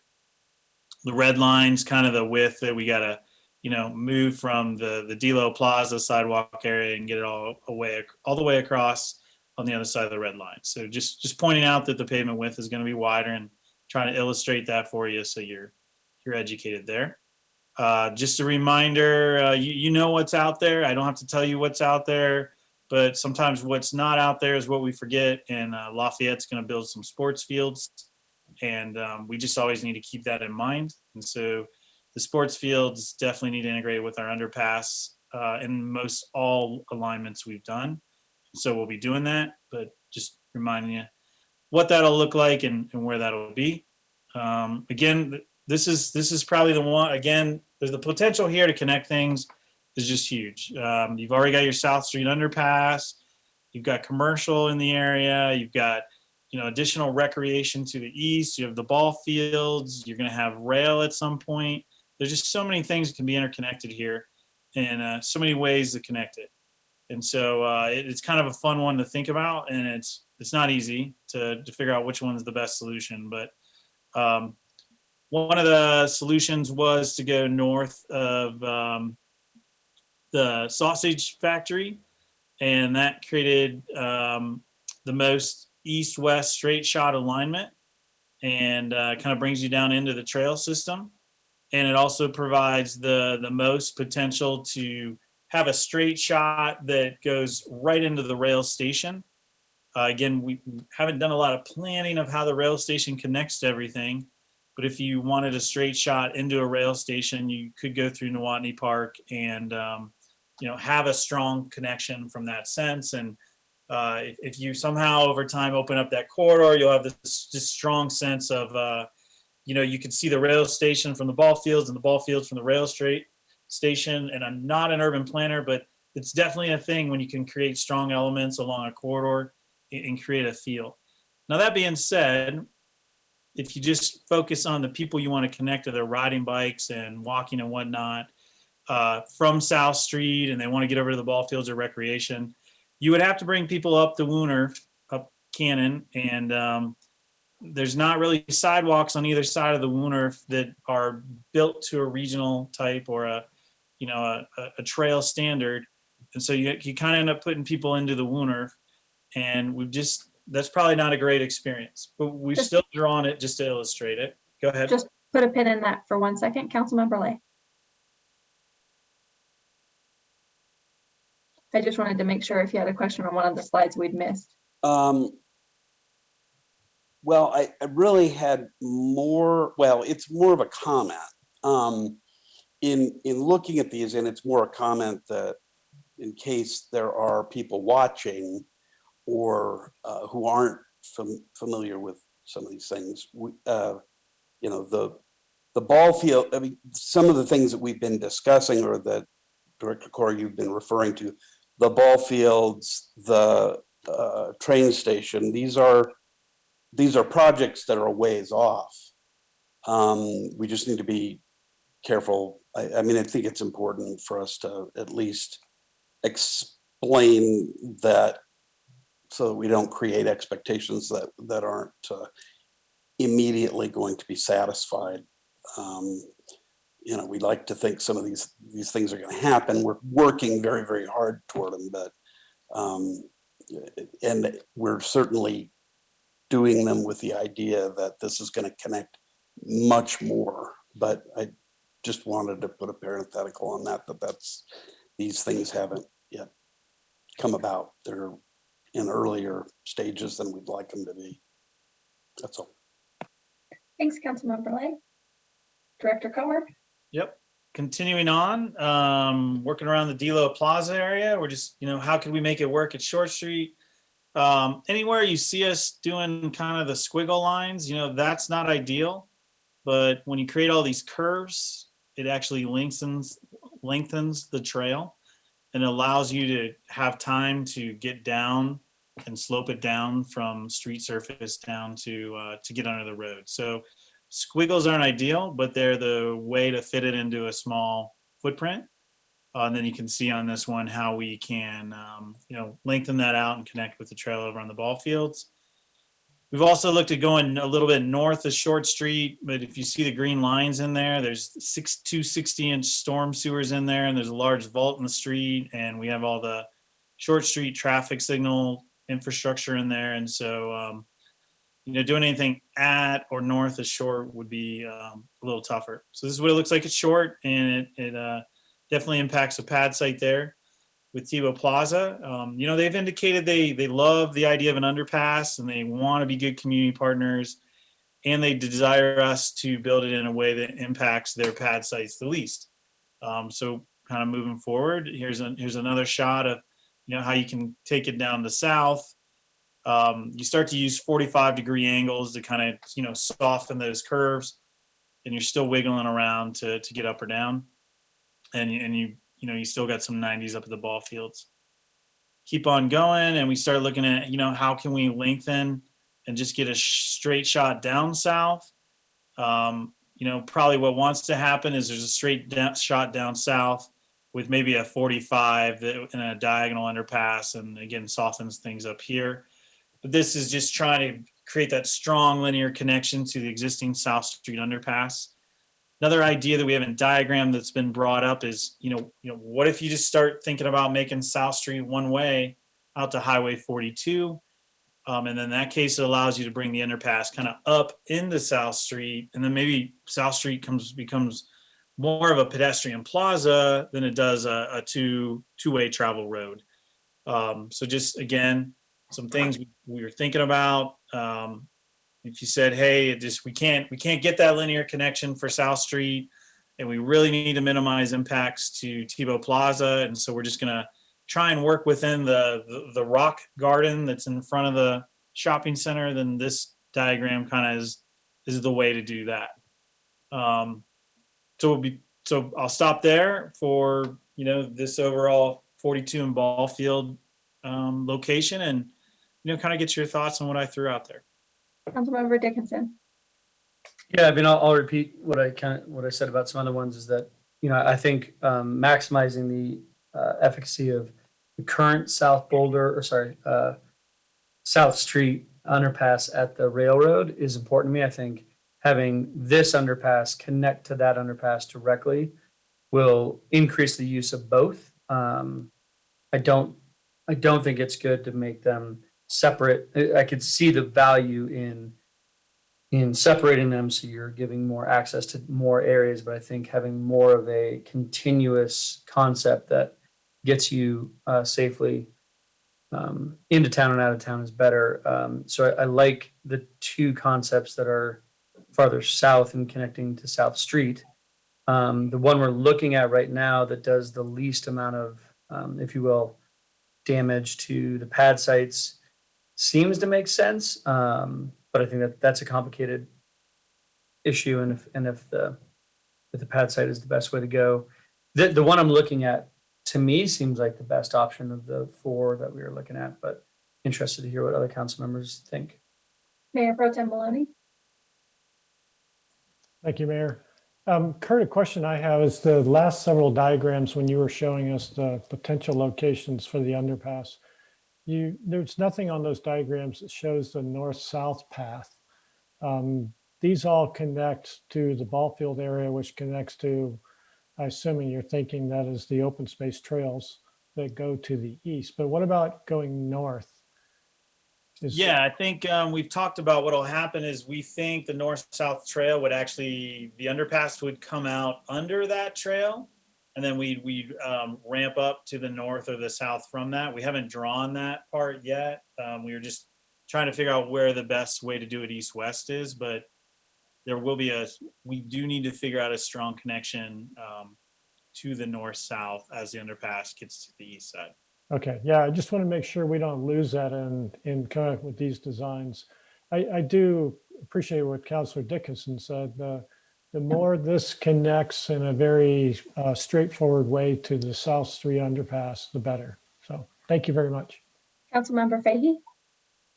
Thank you. Yes, Kurt, I'm also of the thought, I guess, that the best location for it would be at South Street. To line up with the South Street underpass. But I am a little concerned about your option where you would be making South Street a one-way road. And my reasoning is that that's the closest entrance into that neighborhood that already has had one street and one alleyway blocked off for access. And so now you're moving them, if you move it from South Street, so you can't go into the neighborhood from South Street, they have to go all the way up to Short. I just think that that's, one step at a time, you're keeping them from getting to their homes. Thanks, Councilmember Fahey. And so I agree that the location with the South Street makes a lot of sense, and the diagram that showed the least impact to the two pad sites, particularly since there was a lot of discussion around that signal location and the economic benefit of the signal and the pad sites. And so it seems like it would run counter to those other objectives to then take away the pad site that we just put a signal at. The one other thing that folks didn't mention is the further north one. That one really does intrigue me quite a lot because a lot of the redevelopment in the urban renewal area hasn't happened in that area yet. Even further, this one up here. So there are still Dela Lofts is not done yet in that area. There's several properties in that area that have plans, but they haven't actually executed them yet. So this one from a redevelopment perspective is really interesting to me. And so if we did go with this route, I just think we would need to do something like very visual and graphic to connect, like they do in hospitals. You know how when you go into a hospital, there's like paint on the ground that you know how to get to the cafeteria, or you know how to get to the gift shop because they've painted the ground for everyone who goes in there. So like if you painted like, you know, a yellow brick road or a rainbow or just something very like obvious that these two things go together, you could draw people from one to the other. But if we didn't incorporate that into the design, then I think we would miss the mark because it would be hard for people to know to go from here to there. But I do think this is a really interesting location in addition to the other one that folks mentioned. Councilmember Dickinson? I just want to say that I agree entirely. I saw a hand shoot up for a half a second and it disappeared. Any other comments? So it seems like the consensus was on the other location that was aligning with South Street and then had the 45-degree angle, yep, and minimize the impact on the two pad sites. And then just remembering that on the east side, we'll need to think about that north-south connection that Mayor Pro Tem Maloney brought up. All right. Yep. Okay, continuing on, he's got Highway 42 and South Portal Road. So this underpass is really just connecting the north-south trail.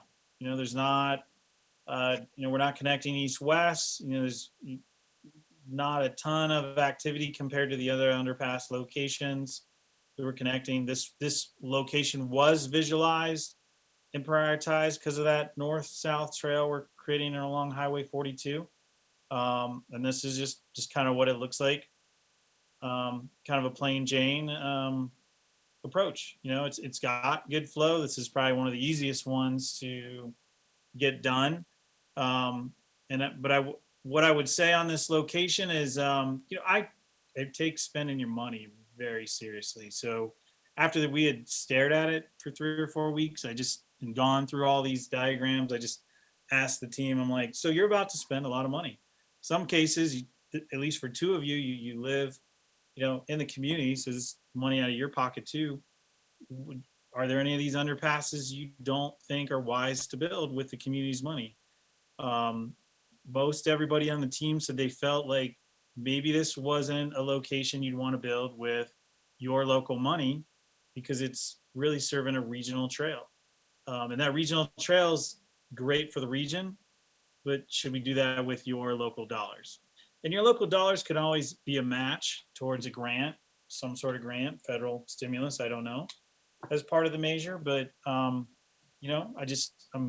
passing along. That's the feedback I got when I challenged the team to spend your money wisely. Thanks, Kurt. So on this one, this is the only design option you want us to look at. Just this is straightforward. So. Yep. So on this one, when I was door knocking a couple years ago in North End, I heard a lot about desire for the new neighborhoods to be connected basically better into downtown. And I recognize that takes the trail building and all of the visioning, but this was one I certainly heard about. So, other things you're looking for as feedback on this one? Nope. So I think we're good there, and we'll keep moving on. Power line at Dillon Road. This is another one that's got some cool things going on. You got the Cold Creek Trail you're connecting to, and the Power Line Trail, and they're both very popular trails, and you're getting across Dillon Road.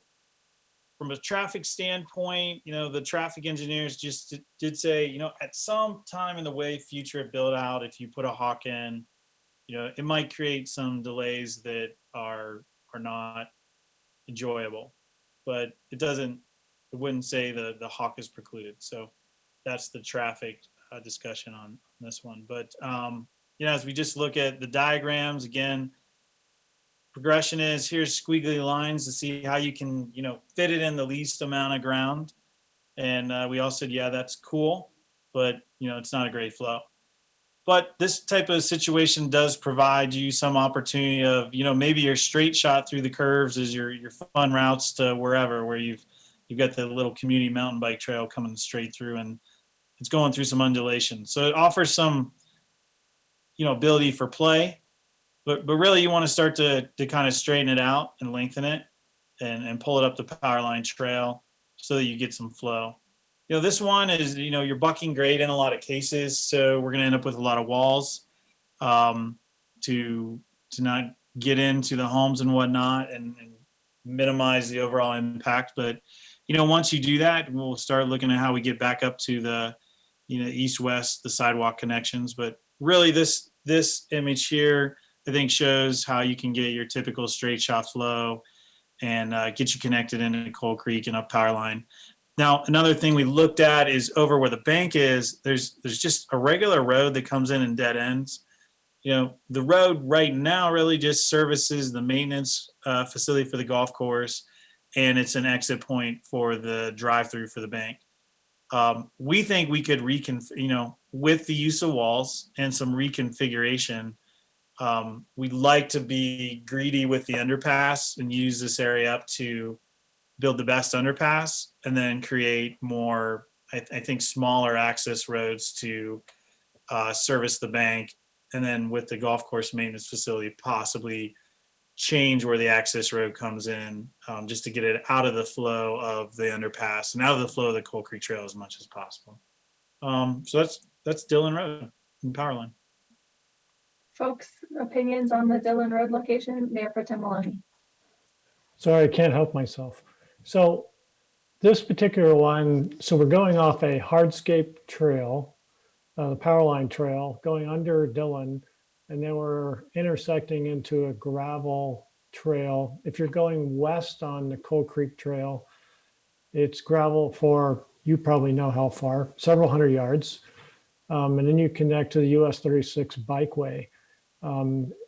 Is there some plan to this be hardscape connecting to the US 36 bikeway?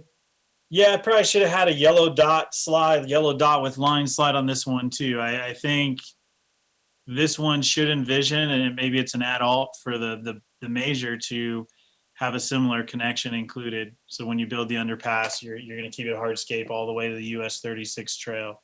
It just gives you that strong connection to funnel the neighborhoods to the trail and get you to the BRT. So yes, to answer your question. Thank you. So the feedback folks are supposed to be talking about is, does this straight shot alternative, is that the preferred alternative? I think that's what we were led to. And the question is, would people prefer the undulation with the moguls and the bumps? Well, I don't want moguls to drive it. I was just saying it could be something fun, but yeah. We can do moguls on the straight shot too. So don't seeing any over enthusiasm. So I think that the straight shot you've designed and led us toward is the one that makes sense to folks. Am I reading people's lack of input correctly? Yeah, I'm seeing thumbs up. Okay. Great.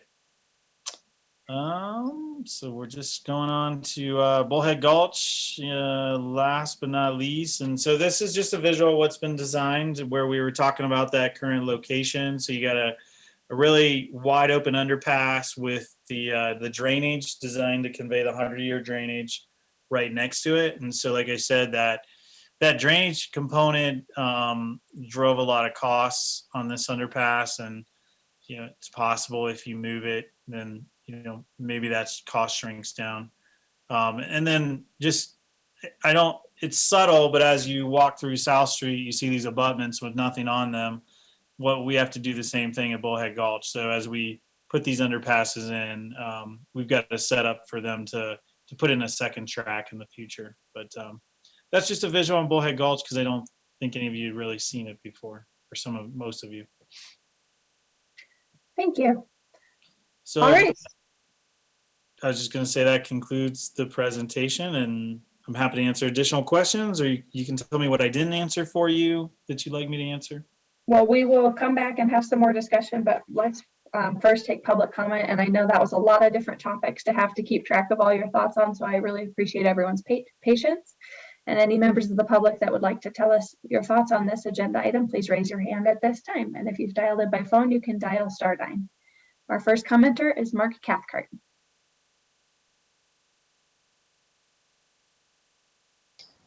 Good evening. Mayor, City Council and City staff. I'm Mark Cathcart. I live at 1763 Sweet Clover Lane in Louisville in the North End development. I'd like, as always, to thank you for your service to the city and the time you give in that service. I'm before you tonight with two hats on. I'll do my best to conclude my remarks in the 3 minutes allotted to me, but it'll be rushed, I believe. So, in addition to being a resident, I'm also in my second term as member of the Louisville Cultural Council and serve as a member and chair of the Public Arts Subcommittee. I'm delighted that art has come up tonight as Director Kowar presented, and to those council members that agreed art should be included. Many of Director Kowar's pictures included art and design elements rather than just architectural build elements and materials. However, we should be clear, it's not sufficient to just ask architects to pour more types of concrete. We have this year 2 official openings of art in the underpass, one at McCaslin and the second at the underpass at Delo and Front Street. Both these projects were post-design and build. While both have come up with what I consider great results, neither was optimal. I'd like to ask Director Kowar for Public Works and to the City Council to continue to encourage art and design, but rather than coming up with something and then waiting for something, anything, or nothing to happen, include art in the process up front. We can easily run, in the time it takes to do these, a call for participation and get artists to submit art designs, which we can then judge and choose the more appropriate. That would allow us to take into consideration the locality, the history, the people of that area, and would enable more friendly selection of art design and materials. With all the best will in the world, architects are not artists. My second point for tonight is, as a resident of North End, I can't tell you how great it is to be able to walk to a full-size grocery store, buy what you need and walk home, all in 30 minutes or less. I can't support, though, the proposed 42 underpass. I'm disappointed in Director Kowar's negativity about the possibilities of an underpass at that location.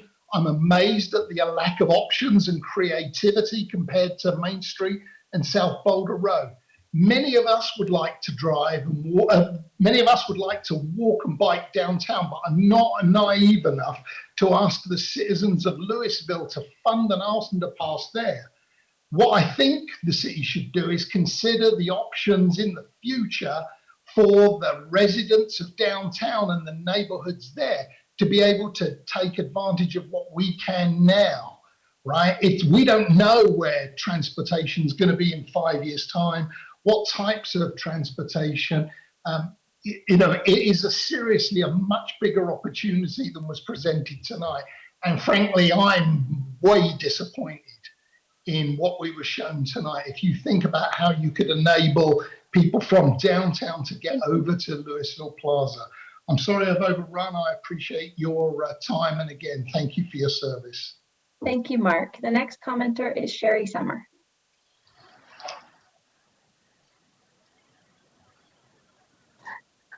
Hi, this is Sherry. This is Sherry Summer, 910 South Palisade Court. I had a question of Director Kowar about the north-south underpass on Highway 42. He had mentioned that there might be other ways of funding that underpass. And I would be interested in knowing what the process would be of applying for additional funds and how that would affect any kind of timeline and implementation. Thank you very much. I think you did a great job, Director Kowar, on all this work. Thank you. Thank you, Sherry. Any other members of the public care to comment on this agenda item this evening? All right, seeing none, that takes us back over for council discussion. And I'll just start off by saying for Sherry, for any of the underpasses, we'll continue to try to get federal grants and DRCOG funding with both state and federal monies And just to illustrate that, the staff have already applied for a grant recently from CDOT for the Via Appia location. They looked at all the locations and evaluated which one they thought would score the best for the particular grant focus that they had. And so they chose that one because it would do the best compared to all the other locations. So with any of them, we'll continue to seek outside funding, and the most likely source of outside funding for a regional trail would be from the next DRCOG tip cycle, which would be the 2024 to 2028 period. And so we could apply in that process for any of the underpasses, including that connection. Director Kohler, do you want to add anything to that? I think that was great.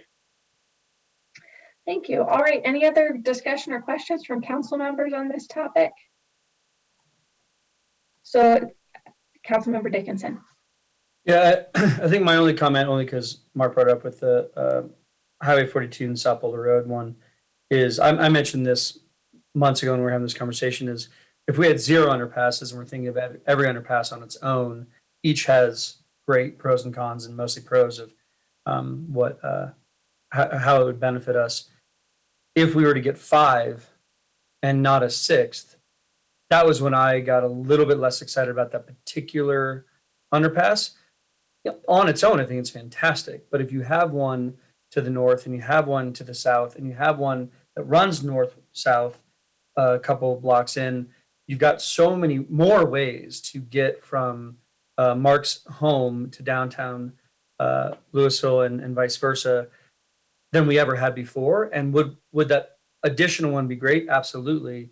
And if we had none, would it be necessary? In some ways, yes. So I think, when we're trying to decide as a council in the next, weeks and months of prioritizing and which we need, I do think that matters. Like if we're assuming one exists, it changes for me the importance of the next. And that's a hard thing to get through, but I hope that, I know Mark will stay involved because he always is. And I hope that we can make some good choices as a community about, the highest, optimization of all the possible underpasses and iterations or combinations of those underpasses. So that's all. Thank you. Thank you. So that was a lot of great work, Director Kohler. Thank you for pulling that all together for us on such a short time period and giving us the ability to look through all that. So the homework piece for council members is, later in June, we're going to be talking about the financial aspects of this and how, we might be able to afford some of these, maybe more, maybe fewer. So I think people need to think between now and then about the priority list. Talk to your constituencies, talk to as many people in the community as you can about that to understand, what order you think that they would be prioritized in. And just the thing I'll caution us all on is we really don't want to pit one area against another. So I think Councilmember Dickinson was laying it out nicely that we want to have a collection. And actually last meeting, Councilmember Lipton did a great job of describing this, of like, we have an obligation to connect up the community. We've had builders build in certain areas and we want everybody to be connected in a cohesive fabric. And we don't want businesses or homes to be pitted against one another. So just try to think of all of those things that will frame the discussion next time around. What can we really afford? How can we really go about this? And is there a way that we can, while interest rates are so darn low, figure out a way to bond against different revenue streams and potentially get some new revenue streams to be able to realize this vision? So that's the homework assignment. And if everybody does that, then I think we'll have a really great discussion on the 15th and on the 17th. Director Kohler, do you need anything else this evening? I don't. I appreciate all the feedback, and we'll do additional reach out to some folks that mentioned we could do better and just get their thoughts after this. And thanks for your time tonight. Thank you very much. And please pass our thanks along to everybody who helped you out to get all that done in this short period. That takes us to our next agenda item this evening, which is our city attorney's report. Thank you, Mayor. I have no report this evening. Thank you. That takes us to our council comments, committee reports, and identification of future agenda items. Economic Vitality Committee? Thank you, Mayor. I just wanted to make sure it's kind of an announcement. Could have maybe gone at the beginning of the meeting, but the City of Louisville received the Governor's Award for Downtown Excellence in the expansion of our outdoor dining during the pandemic. So kind of cool. It was announced last week, and then there was a release today about it. So just congratulations to staff and our businesses on Main Street for doing something neat and interesting in the midst of a pandemic. And there was a recognition to all of you for all your great work. So wanted to report on that. Thanks. Finance Committee, No report. Thank you. Utility Committee. No report. Thank you. Colorado Communities for Climate Action. I have two things. First, we're going to be having our virtual conference on Friday. So a lot of things will be finalized with our new policy statement and things. And second, I was just informed that it's very likely that Superior will be the next member of the CC4CA. That's great news. Great news. Thanks, Councilmember Fahey, for that great news. Community Solutions. No. Consortium of Cities. I think that's Councilmember Brown. Downtown Business Association Street Fair. No report. Thank you for the update that was on the, I think last meeting you were telling us there's a contract amendment, and then we saw that today. Right. Thank you, sir. Denver Regional Council of Governments. We've been working on the Metro Vision Regional Transportation Plan, and June is Bike Month.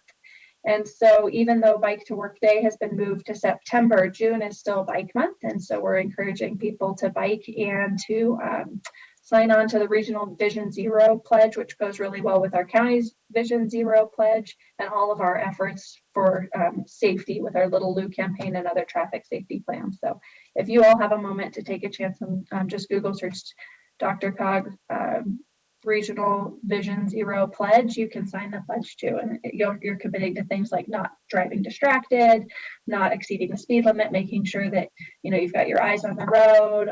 You're really looking for cyclists, especially in those areas where there are neighborhoods, driveways, kids, things like that. Joint Interest Committee with Superior and Lafayette, Councilmember Brown, I believe. Mayors and Commissioners Coalition. We've been meeting bi-weekly, and we're going to take a break in July. So that's really exciting to look forward to. But we'll be talking about how communities are transitioning back to in-person council meetings. So that'll be really interesting to hear how that goes. And I've been talking to the mayor of Denver about people going back to work, particularly with respect to commuting options. So I've been hearing from some of the commuters that the commuter routes like the FF2 and the FF4 aren't running and the Metro ride's not running, which is creating a real problem for people who are starting to go back to downtown Denver, because those are the routes people take to work. And so because those routes aren't running, then they're choosing not to get their passes. They just get a parking pass instead because it takes too long to take the local routes to Denver. So I've reached out to the mayor's office in Denver to try to work together to improve that situation, because they're working hard to get people to come back to downtown. So we need to address the transit issue. Revitalization Commission.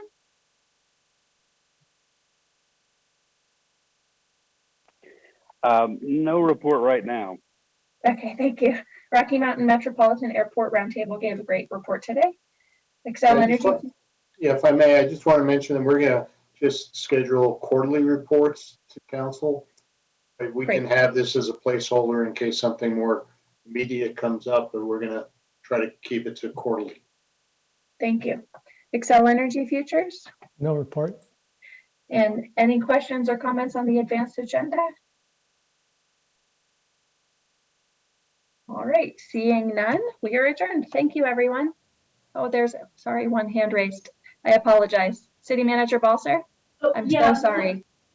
Can you hear me, Mayor? We can now. Okay, I'm really sorry. I'll be really quick. I just wanted to give a quick update. The Windy Gap Firming project is moving forward. The city is participating in the group financing as approved a few months ago by the city council. So staff continues to update the utility committee on this project, and I just wanted to give you that update. And then also we're starting to advertise for the 4th of July. As you know, we're focusing on the fireworks, and we've also been coordinating with Superior on that. We'll be letting folks know about the fireworks here and that they can view those. And then we'll also be advertising Superior's doing a number of things during the day on the 4th that we'll be letting our folks know about, as we had talked previously about how we can enjoy each other's festivities. So just that's all I've got, and thank you. Thank you, City Manager Balser. Sorry for not recognizing your hand earlier. And with that, we are adjourned. Thank you, everyone. Bye, everybody. Night.